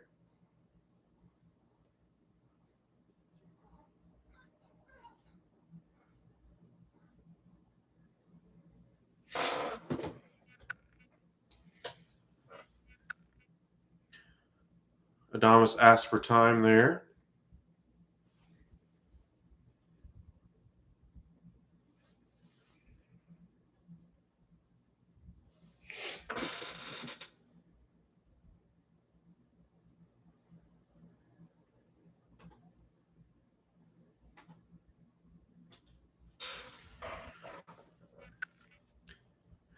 And Matz gets the strikeout.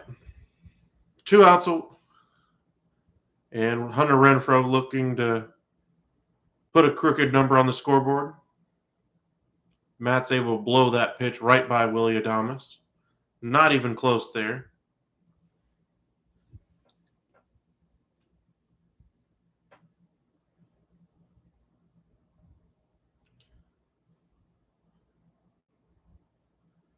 Looks like we're going to have at least a visit to the mound here by the Cardinals.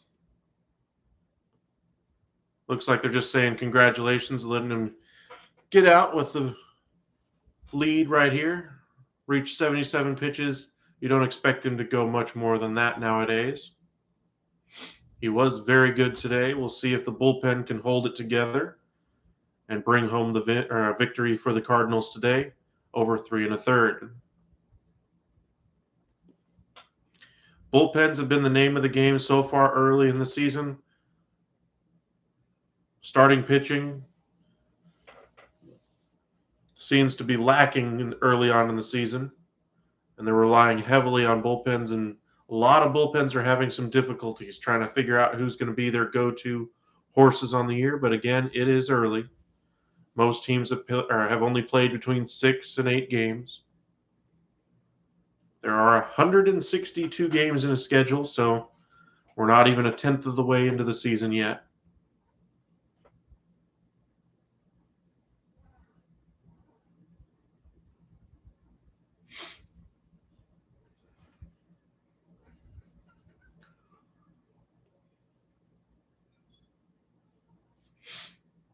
Appreciate all of you joining us here on a Saturday night. A lot of playoff basketball today. A lot of highly competitive hockey right now as their season winds to a close.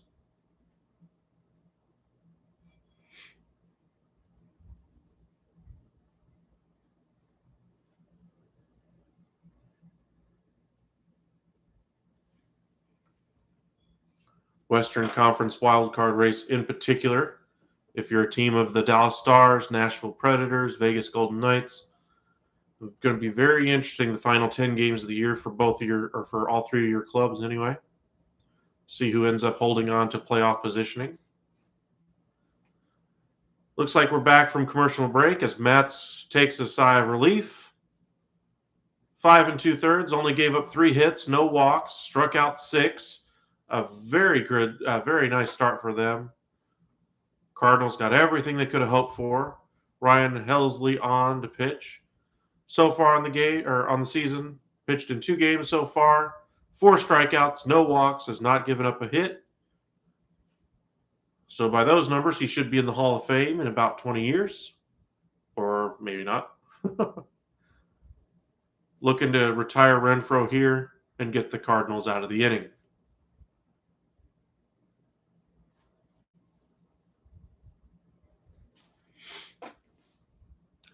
Looks like we're set to go as Renfroe digs into the box. 1 for 2 on the day so far. He is hitting in the 3 hole today. You'll remember last year with the Boston Red Sox, he hit usually in that the 5 hole. Brewers asking a little bit more out of him. We'll see if they can get that success out of him. Couple of throws over by Helsley to keep McCutchen close. The veteran only got like a step or 2 off of first base both times. Just trying to keep him honest, it looks like. 226 average for Renfroe on the year so far. Looks like we're set. And the pitch. Very low, 98-mile-an-hour fastball. A lot of giddy up on that pitch. 1-0 the count to Renfroe.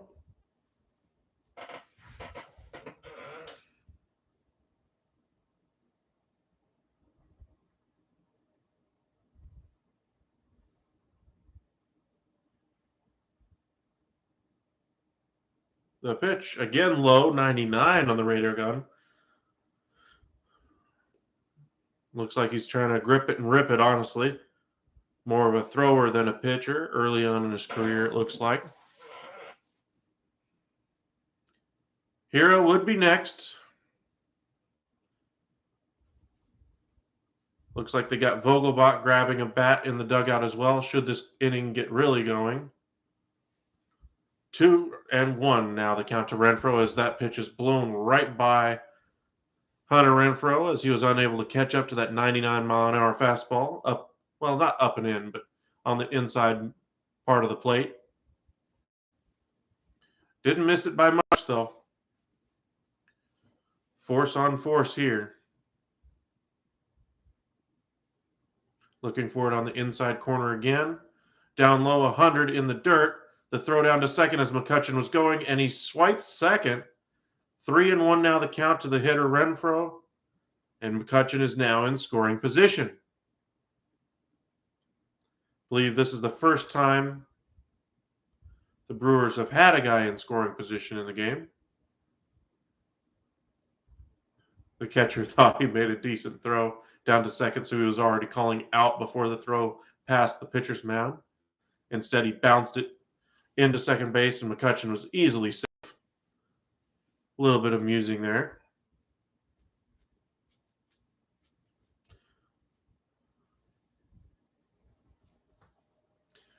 Cardinals pretend like, hey, we're going to challenge this, but of course don't, because it wasn't that close.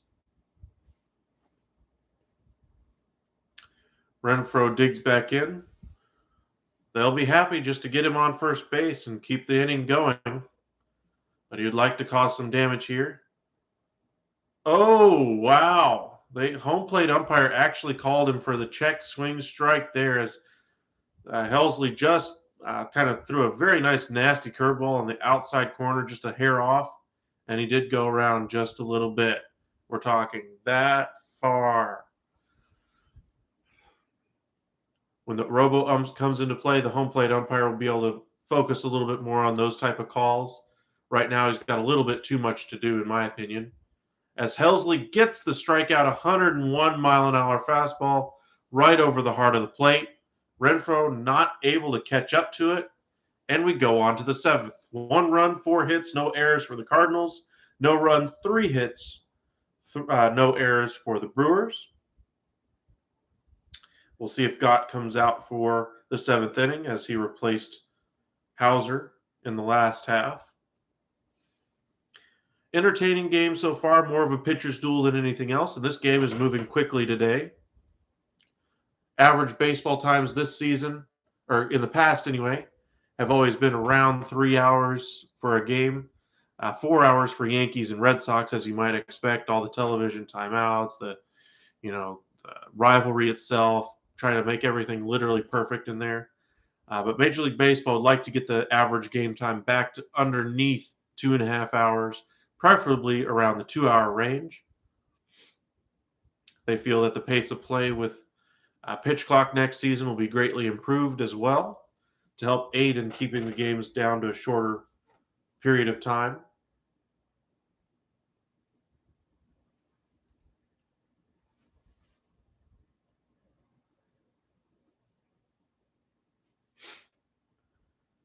Thank you guys again for joining us here at The Upside. If you haven't subscribed already, please do so. Please and thank you. Got quite a number of you who've joined us over the past week or so thank you again. As we watch some Saturday night baseball, get a little bit of NL Central in before we move on to the NL West, as the Dodgers, probably the World Series favorite at this point in the season. Of course, we are still young. Look to take on the Cincinnati Reds. Hunter Green, I believe, draws the start for the Reds tonight. Should be of interest for those of you who are NL Central fans or Reds fans. Top prospect for the Reds as they look to rebuild this team on the fly. No team besides the Brewers and Cardinals really at the top of the division. Cubs have a nice couple of pieces, or that they added a couple of nice pieces in the offseason, but nobody's really jumped out there and said, hey, we're a 100-win this year. Maybe we'll see the Reds get some production out of Hunter Green and quickly rebuild on the fly. Gott is out for the 2nd inning of work. Well, he got the final out of the 6th anyway, and is back out for the 7th. 2-0 now the count to Harrison Bader. Bader 0 for 2 on the day. A little bit of a pitcher's duel so far. Bader gets some nice wood on that one over the head of Taylor, the left fielder. Kind of a wall ball there. Very nice, solid, compact swing. And that's exactly what the Cardinals have been looking for. Nice contact, solid contact. Only the third hard hit ball of the game so far.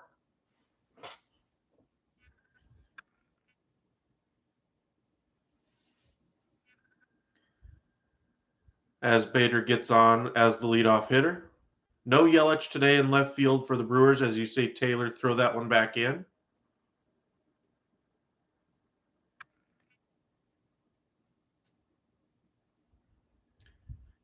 As Yachty's replacement in the lineup digs back in at catcher Andrew Nisner. I still haven't had the sound on it all, so I'm just guessing at the pronunciation. Check swing again by the number 8 hole hitter anyway. He's done that a couple of times today, and excuse me swing and fouled it off. Cardinals looking to tack on to their lead, 1-0 here in the top of the 7th. A little bit of a pitcher's duel so far today. Both pitchers struggled with their command in the middle part of their starts today, but both pitched very well. Steven Matz, 5 2/3, 3 hits, no walks, 6 strikeouts. Hauser did give up the 1 run, but settled down after that rough 4th inning for him. Got the strike on the outside corner there. 0-2 now the count as he looks to battle back after giving off the leadoff double. Appreciate you guys for joining us here at the Upside. If you haven't hit that subscribe button, please do so. He is set, and the pitch. Up and in, gets the strikeout. Not able to catch up to that one. And Tommy Edman is due up next. 1 out here in the top of the 7th. As we watch some Saturday evening baseball. Very nice 94-mile-an-hour fastball. Looked like a 2-seam fastball there.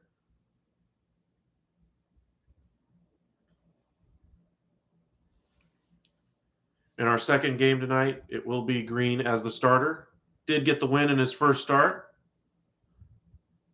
Urias goes for the Dodgers, a 20-game winner last year for them. Got a very nice curveball, 80 miles an hour, right over the inside part of the plate. Edmonds just stands there like a statue and watches strike 1 cross. That was a work of art, that curveball. Got to mix in some other stuff with better location, honestly, though. Otherwise, that pitch, if you allow the hitters to track that one a little too much, it will be hit and hit hard. That one is rolled over, though, and Gott gets the out. Edmonds is retired on 2 pitches. 2 outs here in the top of the 7th. Bader moves over to third on the play. And Dylan Carlson digs in for his 4th at-bat of the day.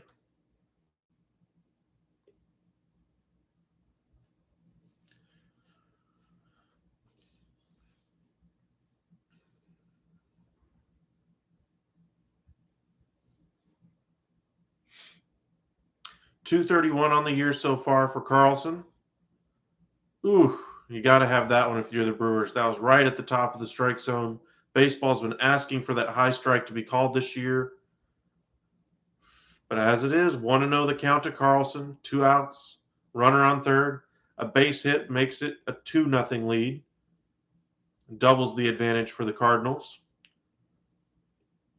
Matz would like nothing more than to see that lead extended.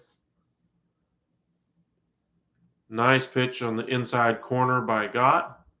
Grounded into the first base dugout. 1-1 the count.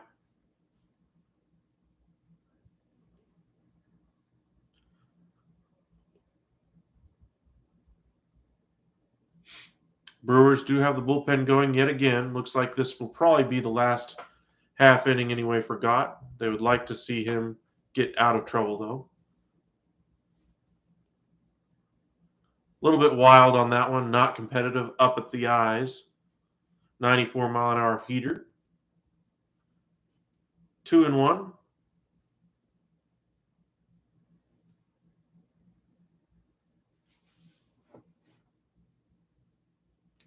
Brewers are very likely to save their best bullpen arms for when they are tied or leading, hoping Gott gets the job done here and then they get a run in the next half inning.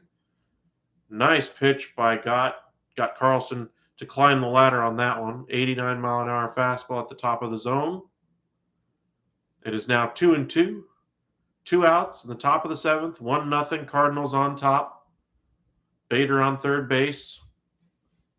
He reached on a hard hit ball, only the third hard hit ball of the game, over the left fielder Taylor, all the way to the wall. Ground ball back to the pitcher. That's not going to get it done. And the end of the inning, 1-0. As we go to the bottom of the 7th, Carlson grounds out to the pitcher. 1 run, 5 hits, no errors for the Cardinals. No runs, 3 hits, no errors for the Brewers. Well, as we mentioned, there's a lot of options for you here on a Saturday night. We appreciate you joining us here for Saturday evening baseball. NBA playoff action. The Golden State Warriors are playing the Denver Nuggets. At the end of one, it is the Nuggets on top, 27-26. As we noted, the Jazz beat the Mavericks today without Luka, 99-93. T-Wolves go on the road and beat the Grizzlies, 130-117.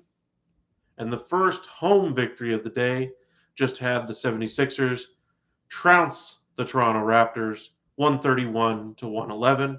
Scotty Barnes in that game, possible rookie of the year for the East anyway, competing with Evan Mobley for that rookie of the year honor. He did come up lame. Looks like he hurt his left foot late in that game. And so his loss will be felt if he is unable to perform the rest of that series. Tomorrow we have a quadruple header set for you here at the Upside.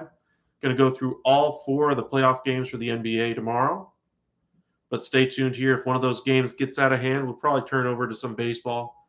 If one of those games gets, way out of hand, like a 30-point lead or something.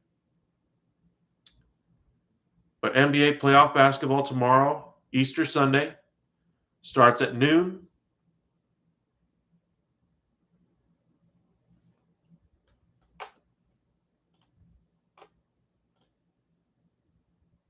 As we get back from commercial break,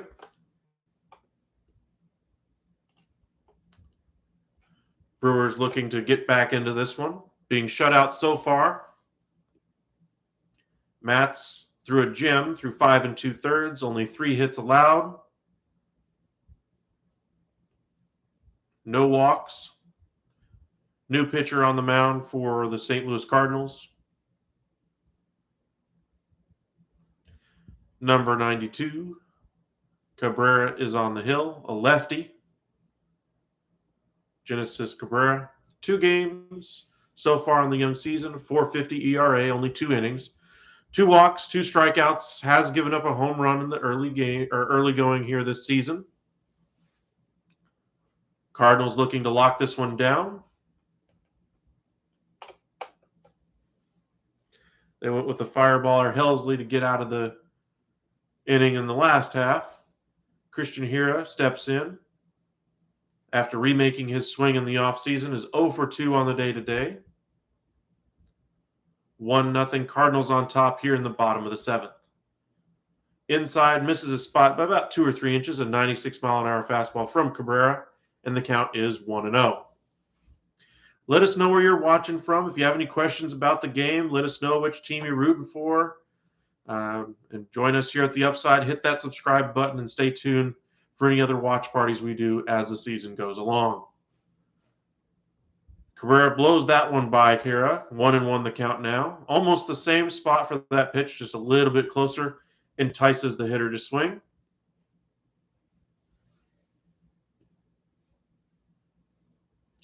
Cabrera set, and the pitch.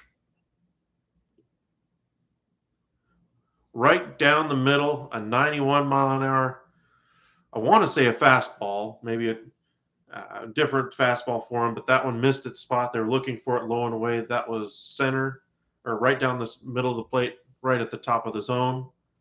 It does go over for a strike, though, and it is 1-2 now, the count to Hira. Cabrera looking to get the first out of the inning. They set up and in.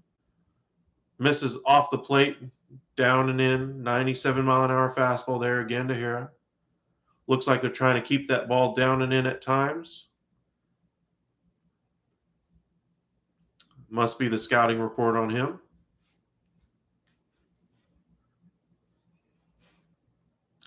Cabrera set. The 2-2 delivery. Swung on and missed. A nice curveball by Cabrera. Kept that one for a strikeout pitch. That was very lethal. A lot of movement on that one. You can see what they like in him so far. You can also see what they also worry about, the command, all displayed in that at bat. He's got a lot of movement on his pitches, a lot of effort in that delivery. But you can see the talent is there for Cabrera.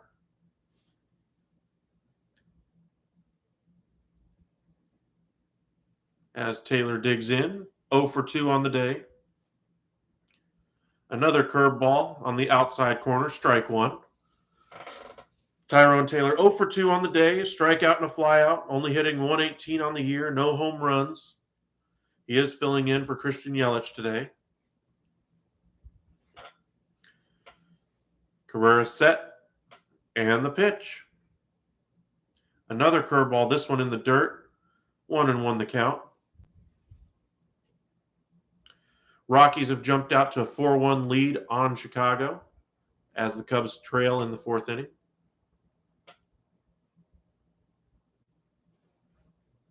Nothing, Astros and Mariners early on there. Verlander on the mound versus Chris Flexen. Second game of our doubleheader tonight will be the Cincinnati Reds against the LA Dodgers. Reds 2-6 on the year. Dodgers 5-2, excuse me. Hunter Green in his second start of the year goes against Julio Urias. Should be a very nice pitching matchup there. The prospect for the Reds, see how good he does against one of the best lineups in the majors.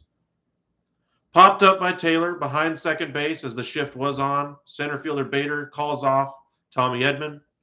Edman dives pretty much, or sprints out of the way as soon as he hears Bader. And 2 away. Cardinals pitching a shutout so far, only giving up 3 hits in the game. As Lorenzo Cain digs in. Former Royal looking to get things started here for the Brewers as they've struggled to string some hits together in the game.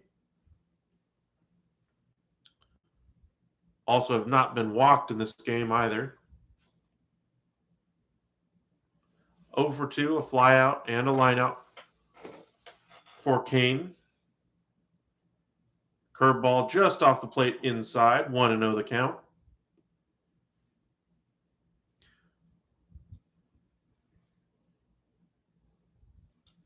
Cabrera up to 10 pitches so far in the inning. No Yadi Molina in the lineup. No Albert Pujols. For those of you wondering if he's chasing that 21 home runs today, he is, but he's going to have to do it as a pinch hitter if he does get in the game. 2-0 now the count to Cain after he takes that one outside. Cain, of course, waiting for his pitch, knowing that the pitcher struggles with location. Ooh, got the green light on 2-0, grounds the ball over to third base. Arenado makes easy work of Cain, and that is the end of the 7th inning. On to the 8th, Goldschmidt, O'Neill, and Arenado due up for the Cardinals as the Brewers trail the Cardinals 1-0 as we go to the 8th. Let us know in the comment section where you're watching from, who you're rooting for. We do appreciate those of you who are joining us here on a Saturday evening. Got a good pitchers duel so far. Maybe we'll get a little bit more offense in the late game tonight. Dodgers do have a lineup that does feature Mookie Betts, Freddie Freeman, Trey Turner, all of which were the best player on a different team to start their career. Mookie Betts, of course, coming from the Red Sox, Turner coming from the Nationals, Freeman coming from the Braves. Justin Turner, of course, the former Met, but grew exponentially better with the Los Angeles Dodgers. Julio Urias, one of the top prospects the Dodgers grew from within and were unwilling to trade at deadlines past. Most notably for a guy like Cole Hamels from the Philadelphia Phillies years ago. The Rangers, of course, ponied up 5 prospects for him. And it seems like the decisions worked out in the Dodgers' favor. We'll see what ends up happening here with the 1-0 score. Cardinals on top. We see a little bit of offense here as the game winds to a close.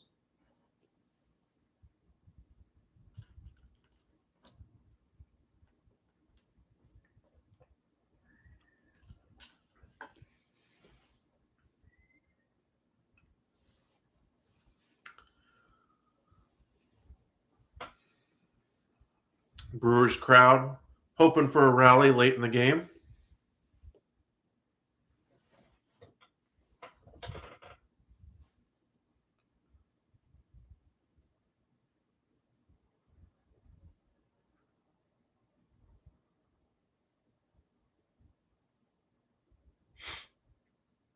As we get back from commercial break, Jake Cousins on to pitch the 8th.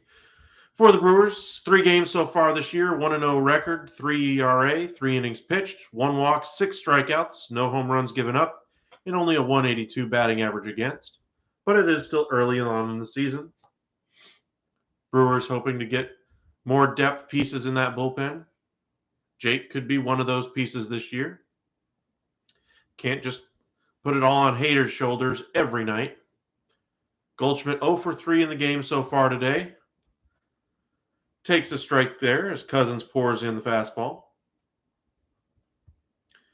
A pop-out, ground-out, and a fly-out today for Goldschmidt. As Cousins set and delivers. Goldschmidt rolls over it to second base. On the left side of second base, Wong gets it, flips on to Hira, the first baseman, and 1 out here in the top of the 6th.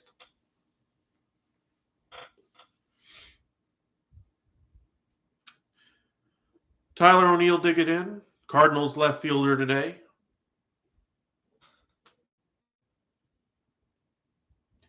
One for 2 with a walk, 292 average on the year, 1 home run, 6 RBIs. Arenado will be next. Arenado has reached twice as well today.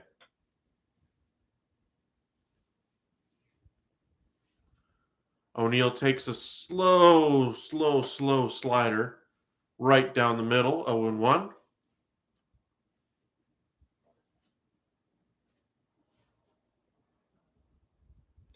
Cousins set and the pitch. Fastball climbs the ladder on him there, 96 mile an hour, just above the zone. Gets O'Neill to swing at that one. 0-2 now the count. Cousins working quickly.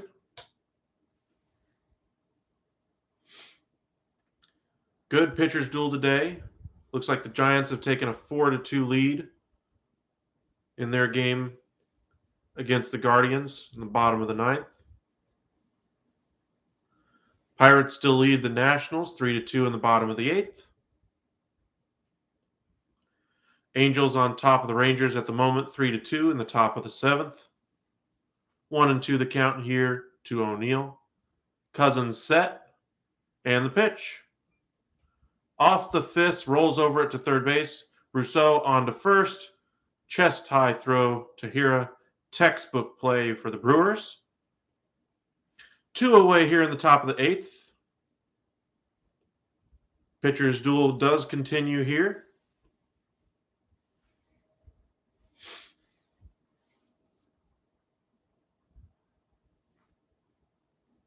As Nolan Arenado digs in. Dickerson, if Arenado does reach, will be next, followed by DeYoung.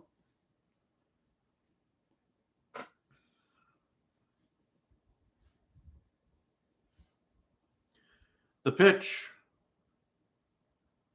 Another slow, looks like that one was a little bit more of a curveball on that one. 84 mile an hour curveball on the outside corner. Strike 1. 0 for 2, excuse me. Arenado has only reached 1 time today. He's 0 for 2 on the day. Did reach on a walk. Misses his location on that one in the dirt. as Cousins throws the ball on that one. 1-1 the count now to Nolan Arenado. Arenado, long thought as one of the best defensive third basemen in all of baseball, has always had great numbers as a power hitter as well. Of course, everybody thought that was Colorado driven, but he's continued those numbers with the Cardinals. No longer has that asterisk after him as far as a player. We saw many generations of Hall of Fame voters say, but he played at Coors Field. Nolan Arenado no longer has to worry about that conversation. 2-1 the count. That pitch by Pitch Tracks looks like it should have been called a strike, but the catcher didn't even come close to selling that one as he missed his spot by an entire plate's width. They're looking to throw inside. That one goes outside. It is now 3-1 the count to the cleanup hitter for the Cardinals, Nolan Arenado. The pitch, oh my, Nolan Arenado got on that one, but it looked like it was going to be caught originally by Taylor, but he pulled up, throws it into second base. Nolan Arenado beats the throw as Wong is unable to catch the ball in time and get the tag down. Nolan Arenado with the double there, kind of off the end of the bat. In a game that hasn't seen many balls hit in the air at all, it's always surprising to finally see one lifted with any kind of effort. 83-mile-an-hour curveball down the third base line, drops in front of Taylor. Arenado hustling all the way out of the batter's box, gets in scoring position, hoping to get that insurance run for the Cardinals as his lid came off on the slide, head first slide into second base. And the Cardinals have something cooking again. Let's see if Dickerson can come through here. 0 for 2 on the day. Did walk the last time up, and that's what chased Hauser. Cousins, a nice off-speed pitch below the knees, but gets Dickerson to offer at it, 0-1. 2 outs here in the top of the 8th. Nolan Arenado on second. Cousins out of the bullpen for the Brewers, set, and the pitch to Dickerson.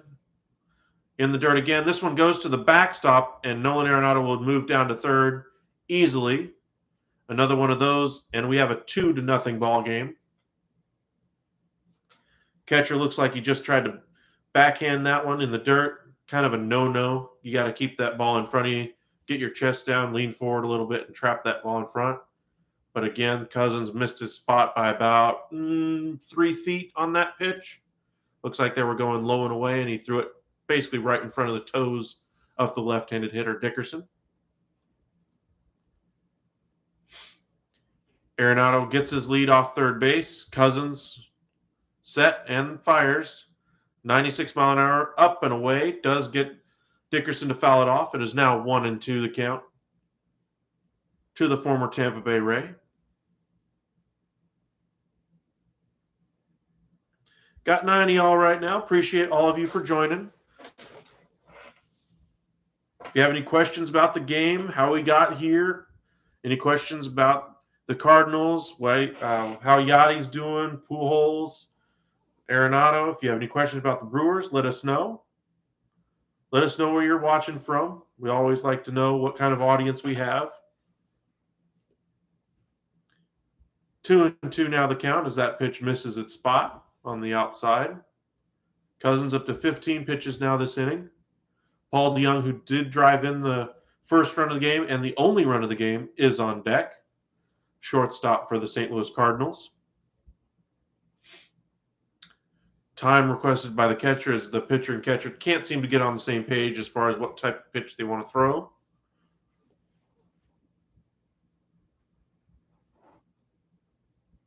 It seems like some of these pitchers do prefer the pitch comm, some don't. Looks like the catcher's willing to accommodate them for their preference. But it does seem that the game moves a lot faster with the pitch comm technology. Pitch comm is the little wristband catchers are wearing this year to relay the type of pitch and where they want that pitch to be thrown to the pitcher.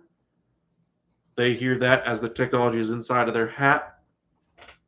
Starters have that for sure. A nice hit served right over the second baseman Wong's head. Arenado scores and gets that much-needed insurance run for the Cardinals. It is now 2-0 Cardinals in the top of the 8th. As Dickerson gets a nice hit there. Designated hitter now in the National League coming through, and is now a 2-0 ball game. 2 outs here in the top of the 8th. Brewers trying to shut the door after back-to-back innings. Now they've allowed a runner to reach third base. This time it bites them.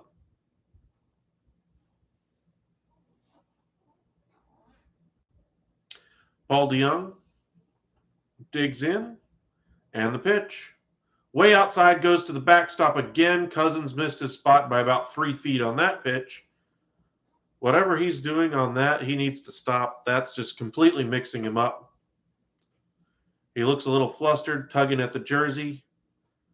I don't think it was the jersey that caused that pitch to go all the way to the backstop.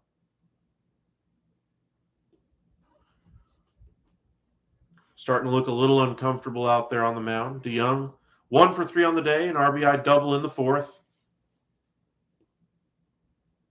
Got the scoring started for us today in this pitcher's duel.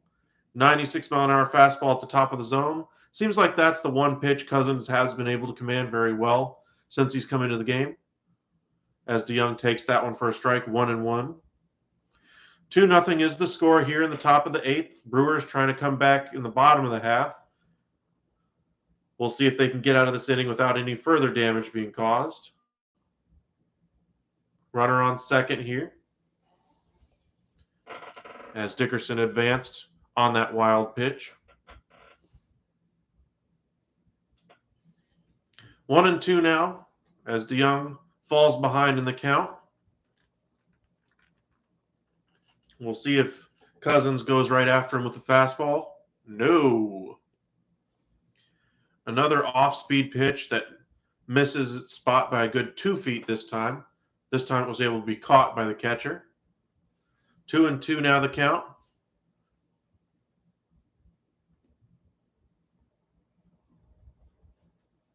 Looks like Cousins is struggling locating the off-speed stuff.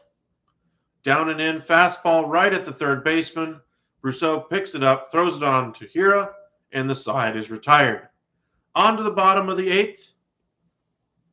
Brewers looking to get back into it. 2 runs, 7 hits, no errors for the Cardinals. No runs, 3 hits, no errors for the Brewers.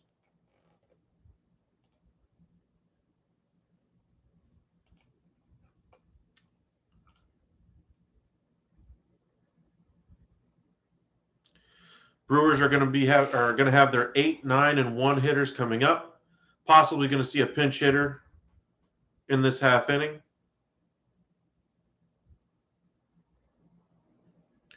So the third baseman, 167 on the young season. Caratini, 250 on the young season. Both are 0 for 2 on the day. But the Brewers are running out of chances to get back into this one.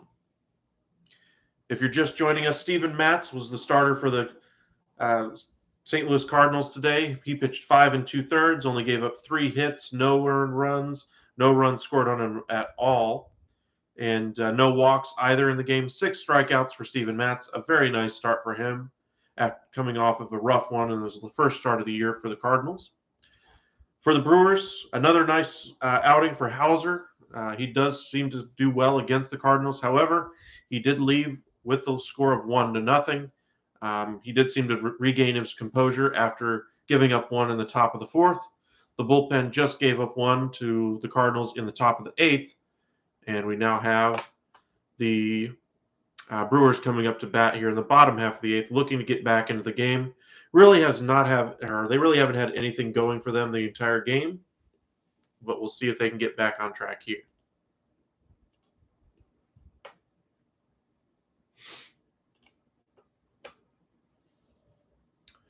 Just getting out of commercial break.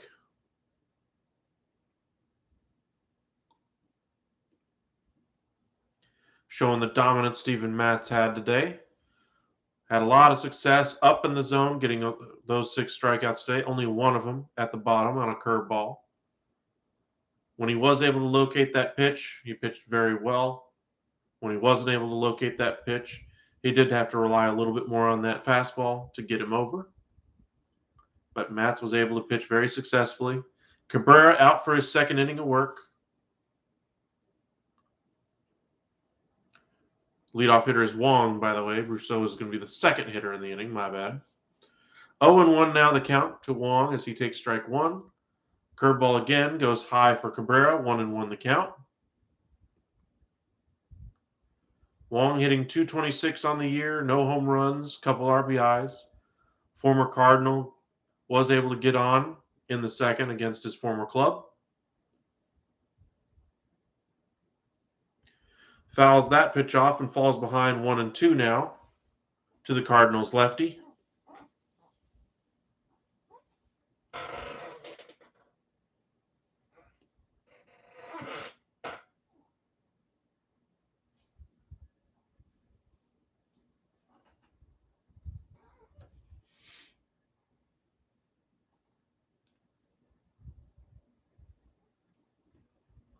Cabrera set. Fastball up and in, jams Wong, but that one will get out of play behind home plate. About 10 rows back. Suter loosening for the for the Brewers in the bullpen as they look to try to get things back under control, giving up that run in the last half inning. Cabrera set, and the pitch to Wong. Curveball, the top of the zone. Wong couldn't believe it. Wow. That was a great pitch by Cabrera. It was right there on the top of the zone on the outside corner. Just a perfect pitch. It looked high all the way and then just fell from the sky right in the zone. Tickled the very top of that strike zone. But high strikes are going to be called, and the curveball, of course, finishes a little bit lower. Entices the strike call there. 1 out now. Brousseau digs in. 0 for 2 on the day so far for Brousseau. Swing and a miss. Fastball in the outside corner on a 95-mile-an-hour fastball. Brousseau does have 1 home run on this season. Maybe the Lightning will strike again. He hit that home run against the Chicago Cubs just a couple days ago.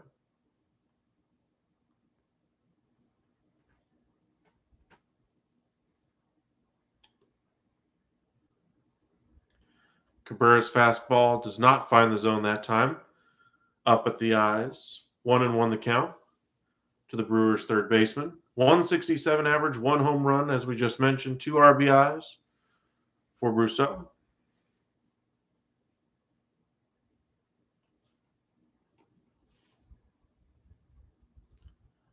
Ooh, that one tickled the outside corner, and the framing of that pitch didn't do any favors for Cabrera there. But Pitch Tracks had it as a strike. Robo umps again will call that a strike next year. I believe they will be in the majors next season. Pitch clock definitely will be. Major League Baseball has already announced that. Cabrera offers to Brousseau, who hits it all the way to the wall. Right in front of the wall, Carlson settles underneath it and makes the catch. The longest fly ball of the day by far. However, it ends up being an out. 2 outs now, bottom of the 8th. Cabrera looking to complete a second inning of work.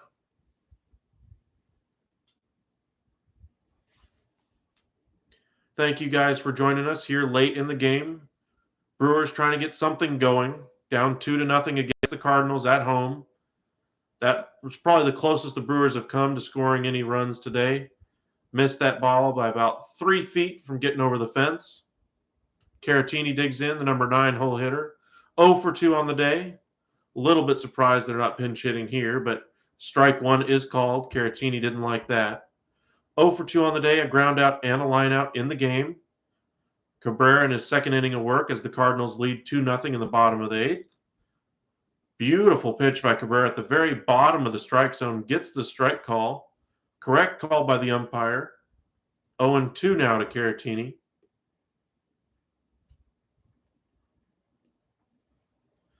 Cabrera's set, working quickly, and the pitch.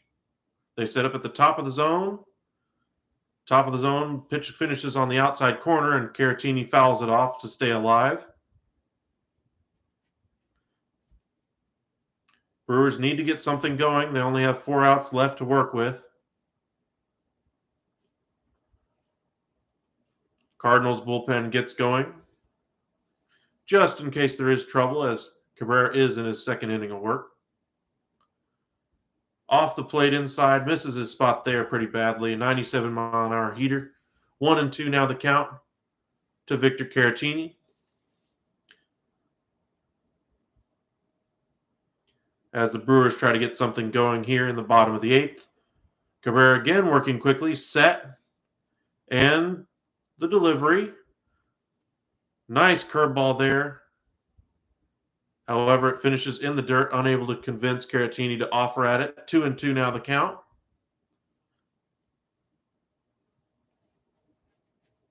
Caratini just looking to get on. Probably going to see a pinch runner for him. As we are late in the game, every run counts at this stage. Up and in. Caratini bends back out of the way of the 96-mile-an-hour heater. Up at the eyes. 3-2 now. 2 outs in the bottom of the 8th. McCutchen, the top of the order, due up next. If you're a Cardinals fan, you want to end this inning right here. Have your closer come out and work the 9th. The pitch. Crushed. Left field. Home run. It is now 2-1. Caratini gets the Brewers on the board. We no longer have a shutout. 2 runs for the Cardinals, 1 for the Brewers. And, of course, down the slide, the mascot goes. Every home run that is hit by a Milwaukee Brewer, they have their mascot take a ride down the slide. They cut the lead to 2-1, and McCutchen digs back in.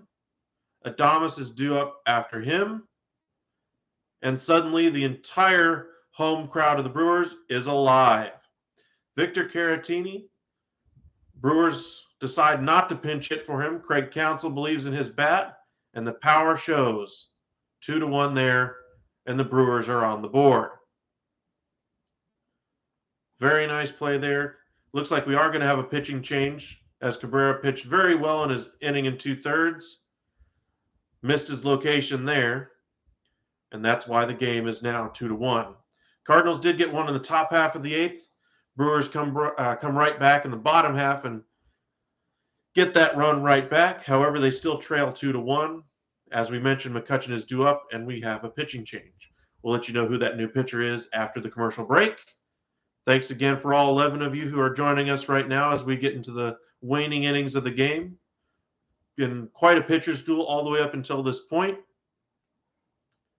Steven Matz started the game for the Cardinals, 5 2/3, 3 hits, no walks, 6 strikeouts. Hauser for the Brewers did give up a run in the 4th, struggled with his command in the 3rd and 4th inning, but seemed to rebound nicely, struck out the side in the 5th, got through a couple outs in the 6th before having to give way to the bullpen.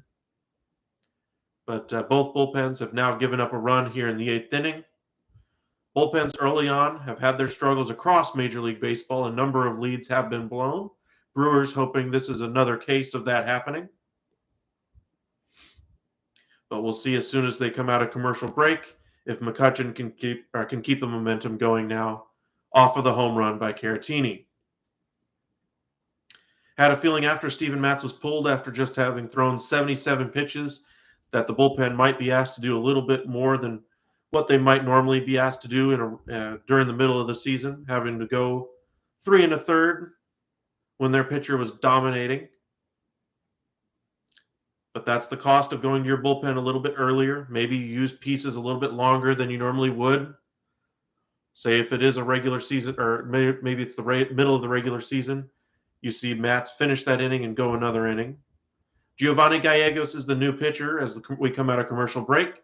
2 games so far on the year, does have a save. He is the closer for the St. Louis Cardinals. 2 innings pitched, 1 walk, 1 strikeout. Has not given up a hit so far. So that's exactly what you want to hear if you're a Cardinals fan, not allowing the next hitter to reach. They have double barrel action going now for the Brewers. Hader is up, loosening up just in case they do get the lead. I expect we'll see the other lefty out of the bullpen for the Brewers if they are unable to tie it or go in front. McCutchen hitting 257 on the year. Only 8 games so far into the season.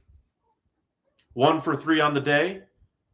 Before Caratini, he was the last Brewer to reach base safely after he hit one softly over shortstop. Gallegos bends a curveball in there at the top of the zone. Gallegos, a tall pitcher, working quickly so far. 0-1 the count to McCutchen. Bottom of the 8th, 2-1 our score. Cardinals on top.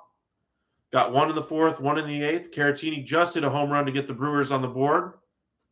Nice pitch there by Gallegos. Had McCutchen out in front, fouls it into the dirt. 0-2 as Gallegos gets out in front of Andrew McCutchen, designated hitter for the Milwaukee Brewers. The National League does have the designated hitter. That's why the Brewers went out and got themselves a professional hitter who could still play the field whenever they want to give one of their outfielders the day off. Gallegos set, and the pitch. In the dirt. A lot of off-speed stuff so far for Gallegos to start this at-bat. 1-2 the count now to the former MVP, Andrew McCutchen. It's been a number of years, though, since McCutchen was an MVP, but he's still a very high-quality Major League Baseball player. Still can play the field when needed. Has lost a step or two as he's aged a little bit, but still a very effective contributor to any team. Check swing, goes around. Gallegos got him on the off-speed pitch in the dirt again. Caratini does get the home run in the inning, though, bringing the Brew Crew back within 1. 2-1 is our score as we go to the 9th inning. We'll see if Hader comes in for the 9th or if they go with the other lefty who is warming in the bullpen. Cardinals on top, as I mentioned, 2-0. DeYoung got the RBI double I believe RBI single anyway, in the 4th inning.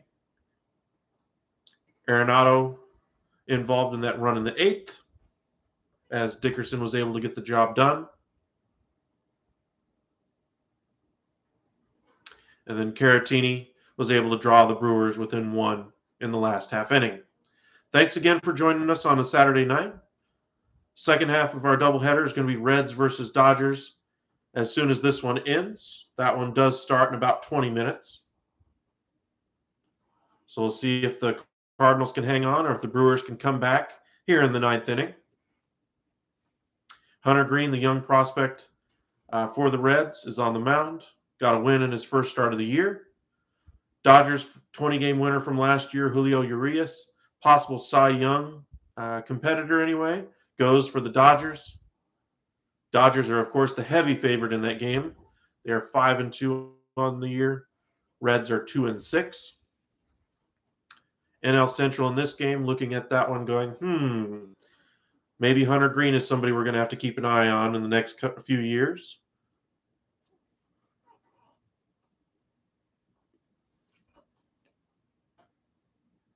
Looks like we're about to come out of commercial break here. And we go to the top of the 9th inning. Cardinals on top, 2-1. Cardinals have played very well. Very good pitching matchup today.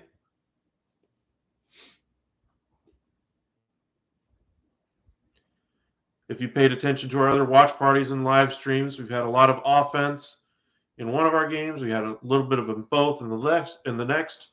Looks like Brent Suter is indeed coming out for the Brewers. 10.8 ERA so far in the season. Only has pitched an inning and 2/3, though. Giving up 1 home run, 286 average to opposing hitters, 3 walks, 1 strikeout. So it looks like he struggled with command in his first couple outings on the year. We'll see if he can settle in here in the 9th inning as the Brewers try to keep it a 1-run game here in the top of the 9th inning. First up for the St. Louis Cardinals, Harrison Bader, who did hit a double his last time up, hitting 269 on the year. No home runs, 2 RBIs. That was one of the few hard-hit balls of the game over the left fielder Tyrone Taylor's head.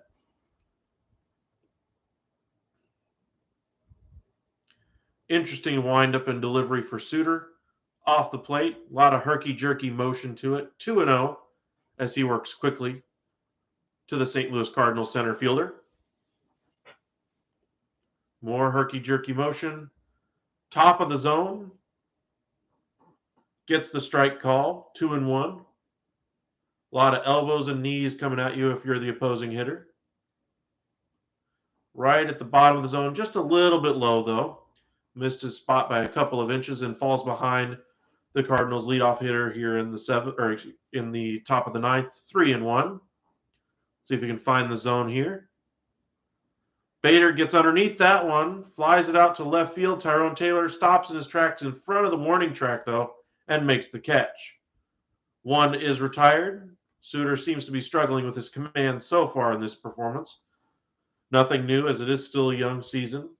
Shortened spring training will cause that for a number of pitchers across baseball. The veteran looking to shut things down here in the ninth and keep it a one-run game. Thank you guys for joining us here for some Saturday Night Baseball. Cardinals on top, 2-1. One out here in the top of the ninth, as that one is fouled back. No Yadi Molina in the lineup today. No Albert Pujols, no Christian Yelich. All sitting out this one.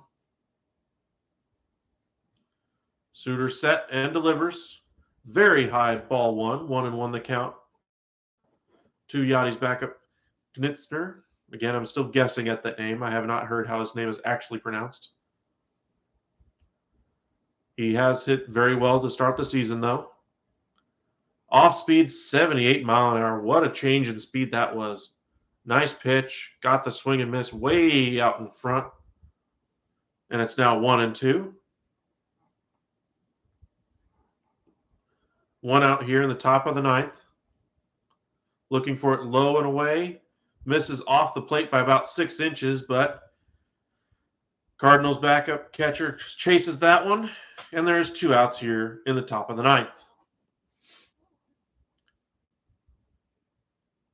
Looking to protect with 2 strikes, thought it might bend back over the outside corner, and wasn't able to foul it off or make contact.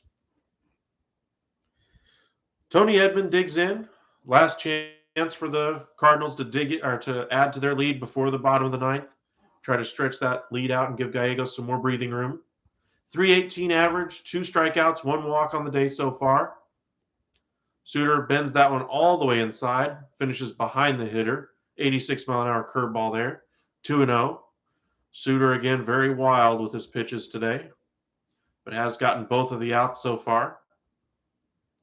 Again, that one off the plate, but Edman able to get that one off the end of the bat in front of Kane, and it falls. And the Cardinals do have a runner aboard here with 2 outs in the top of the ninth.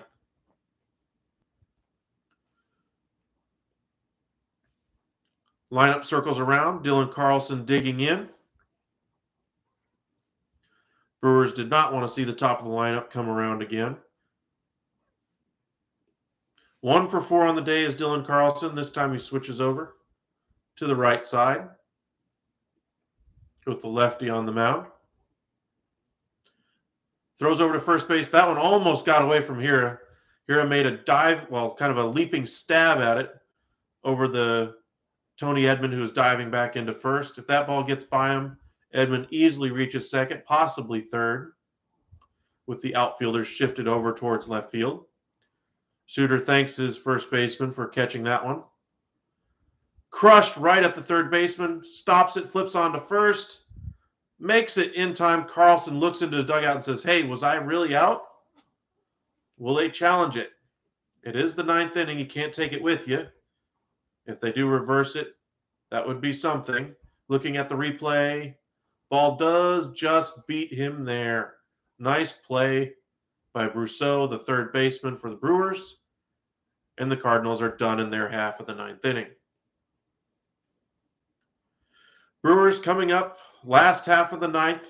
Adames, Renfroe, and Hira, 2, 3, and 4 for them. Exactly who you need coming up if you're hoping for a rally, if you're a Brewers fan. Cardinals, Gallegos came out and got the last out of the 8th and will come out for the 9th as he is their closer. Some teams are not working with closers early on this season as they look to rebuild their bullpens this year. Cardinals are not one of those teams. Gallegos is their guy. Again, another homegrown guy for the Cardinals. They seem to do that with every single position every year. The only imports they have in their lineup as a whole are Nolan Arenado and Paul Goldschmidt. All the rest are homegrown guys.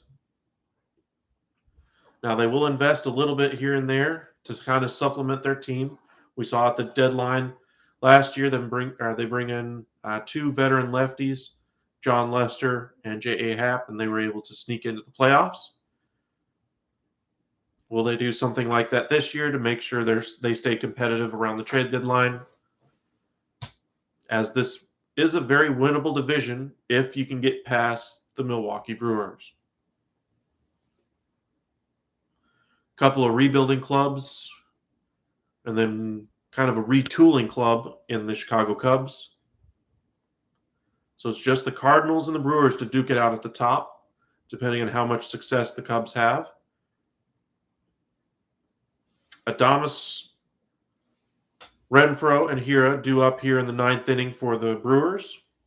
Should be a very entertaining ending to this game after Caratini finally broke the lid off for the Milwaukee Brewers, hitting that home run in the bottom of the eighth to get the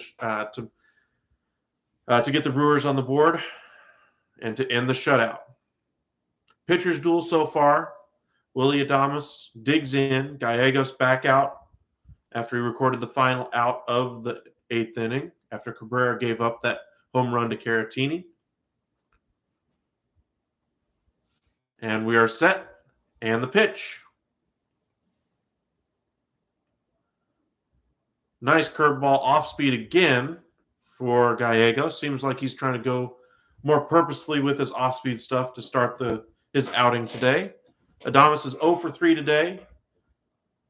In Adames's time with the Brewers, he's hitting 400 in the ninth inning or later as a member of the Brewers. Very good numbers.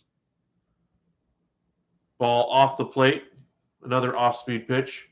Check swing by Adames does not go around. 1-1 the count.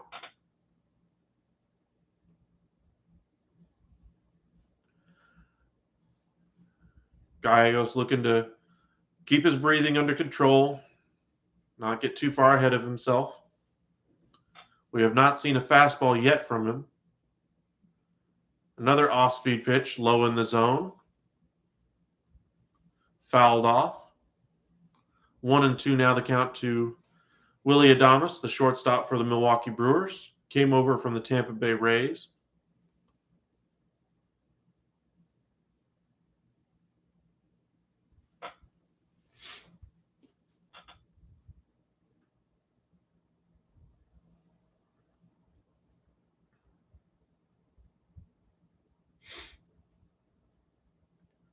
Way up high, the first fastball of the game. Gallegos unable to locate that one.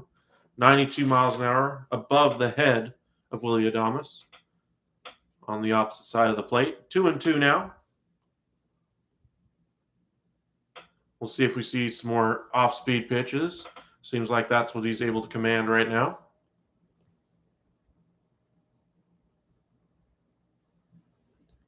The pitch. Fastball 94 miles an hour, low and in off the plate, but Adames is able to make contact and drive it into left field. The leadoff runner is on, and the Brewers have something going here in the ninth. 2-1 is our score. Brewers trying to rally back in the bottom of the ninth inning. Hunter Renfroe, the number 3 hitter, due up next, followed by Christian Hira and Tyrone Taylor. Adames keeping his hands inside of that one. Hits it right over the head of Nolan Arenado. Serves it into left field. O'Neill flips it back into the infield to keep the runner at first.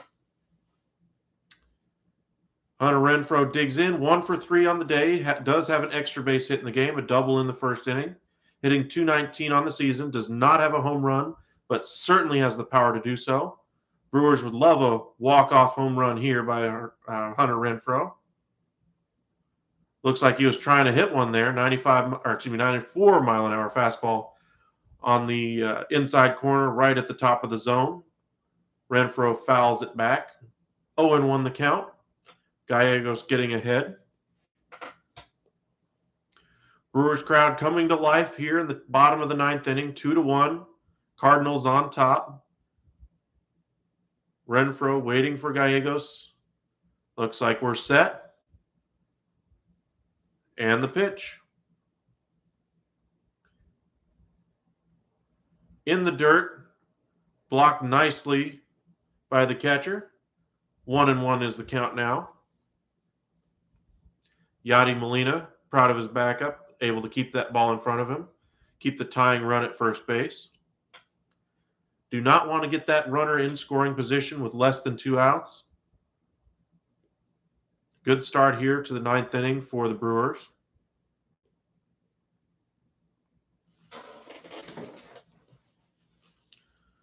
Hunter Renfroe digs in. Gallegos is set. And the pitch. In the dirt again, check swing by Renfroe, not even close to going around. It is now 3-1.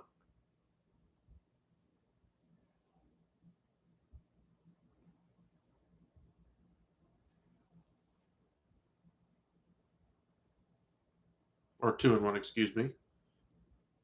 To the Brewers' third place hitter in the lineup.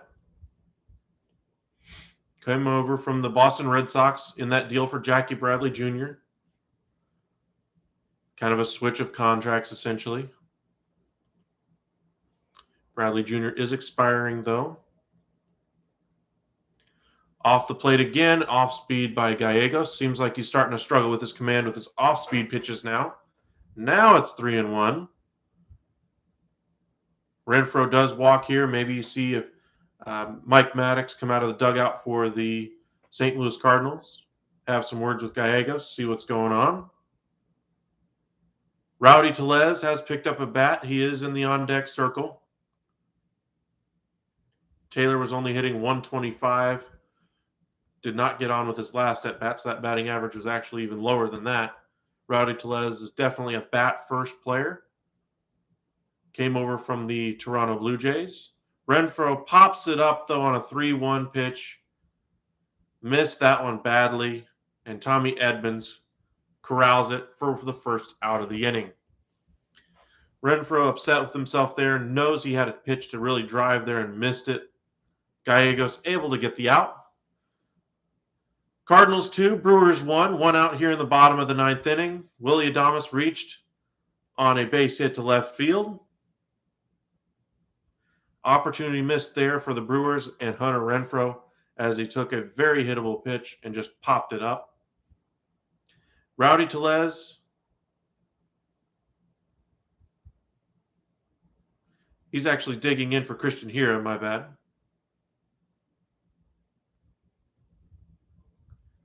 Kind of surprised they didn't wait one more at bat.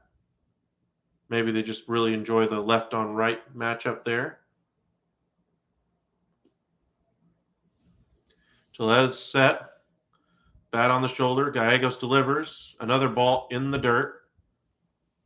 Blocked nicely by the catcher again.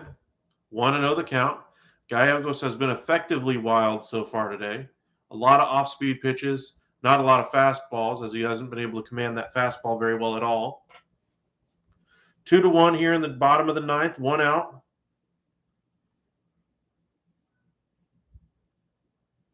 A lightning bolt here by Tellez would win it.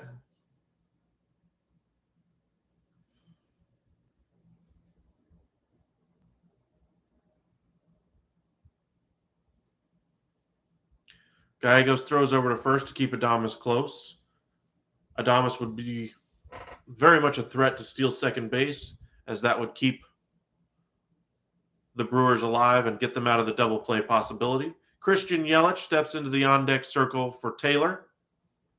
Looks like they're getting their bats off the bench for the Brewers after struggling to do much with the sticks today.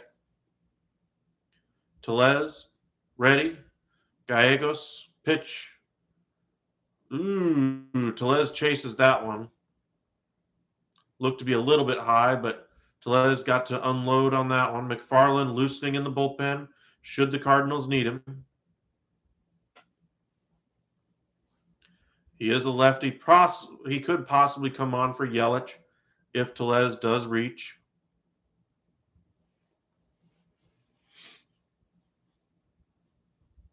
If he doesn't, maybe Gallegos gets the opportunity to shut it down. On the outside corner, rolls it over to second base. Adames out at second. On to first. Tellez is out at first. Game-ending double play. Gallegos gets out of a leadoff single by Willy Adames. Faces the minimum in the ninth, and the Cardinals win it 2-1. Wow. Frustrating game for Milwaukee Brewers fans. Not able to get the bats going at all. You finally get somebody on to lead off an inning, and you ground into a double play just as you finally get your lumber off the bench. Great game today by the St. Louis Cardinals. A lot of contributions both offensively and on the mound by a number of different players. Cabrera, even though he gave up the home run in the eighth, did a nice job out of the bullpen. Gallegos got an inning in the third out of their closer. Nolan Arenado, a nice game at the plate. Paul DeYoung got the scoring started with that RBI in the fourth. Cardinals added one in the eighth, and that proved to be the game-winning run. Great game today, pitchers duel. Stay tuned here to the Upside Sports Network. Going to switch things over for our next stream. Going to have the Cincinnati Reds and the Los Angeles Dodgers. Great game today. Watch back if you have missed the earlier part of the game, if you're interested in seeing how we got to the 2-1 final score. But we appreciate all of you who've joined the Upside Sports Network over the past couple of days. Let's see if we can keep that momentum going. So if you haven't hit that subscribe button, please do so. But we'll see you in a few minutes. Keep a lookout for that next stream starting up in a couple of minutes. Cincinnati Reds versus the Los Angeles Dodgers.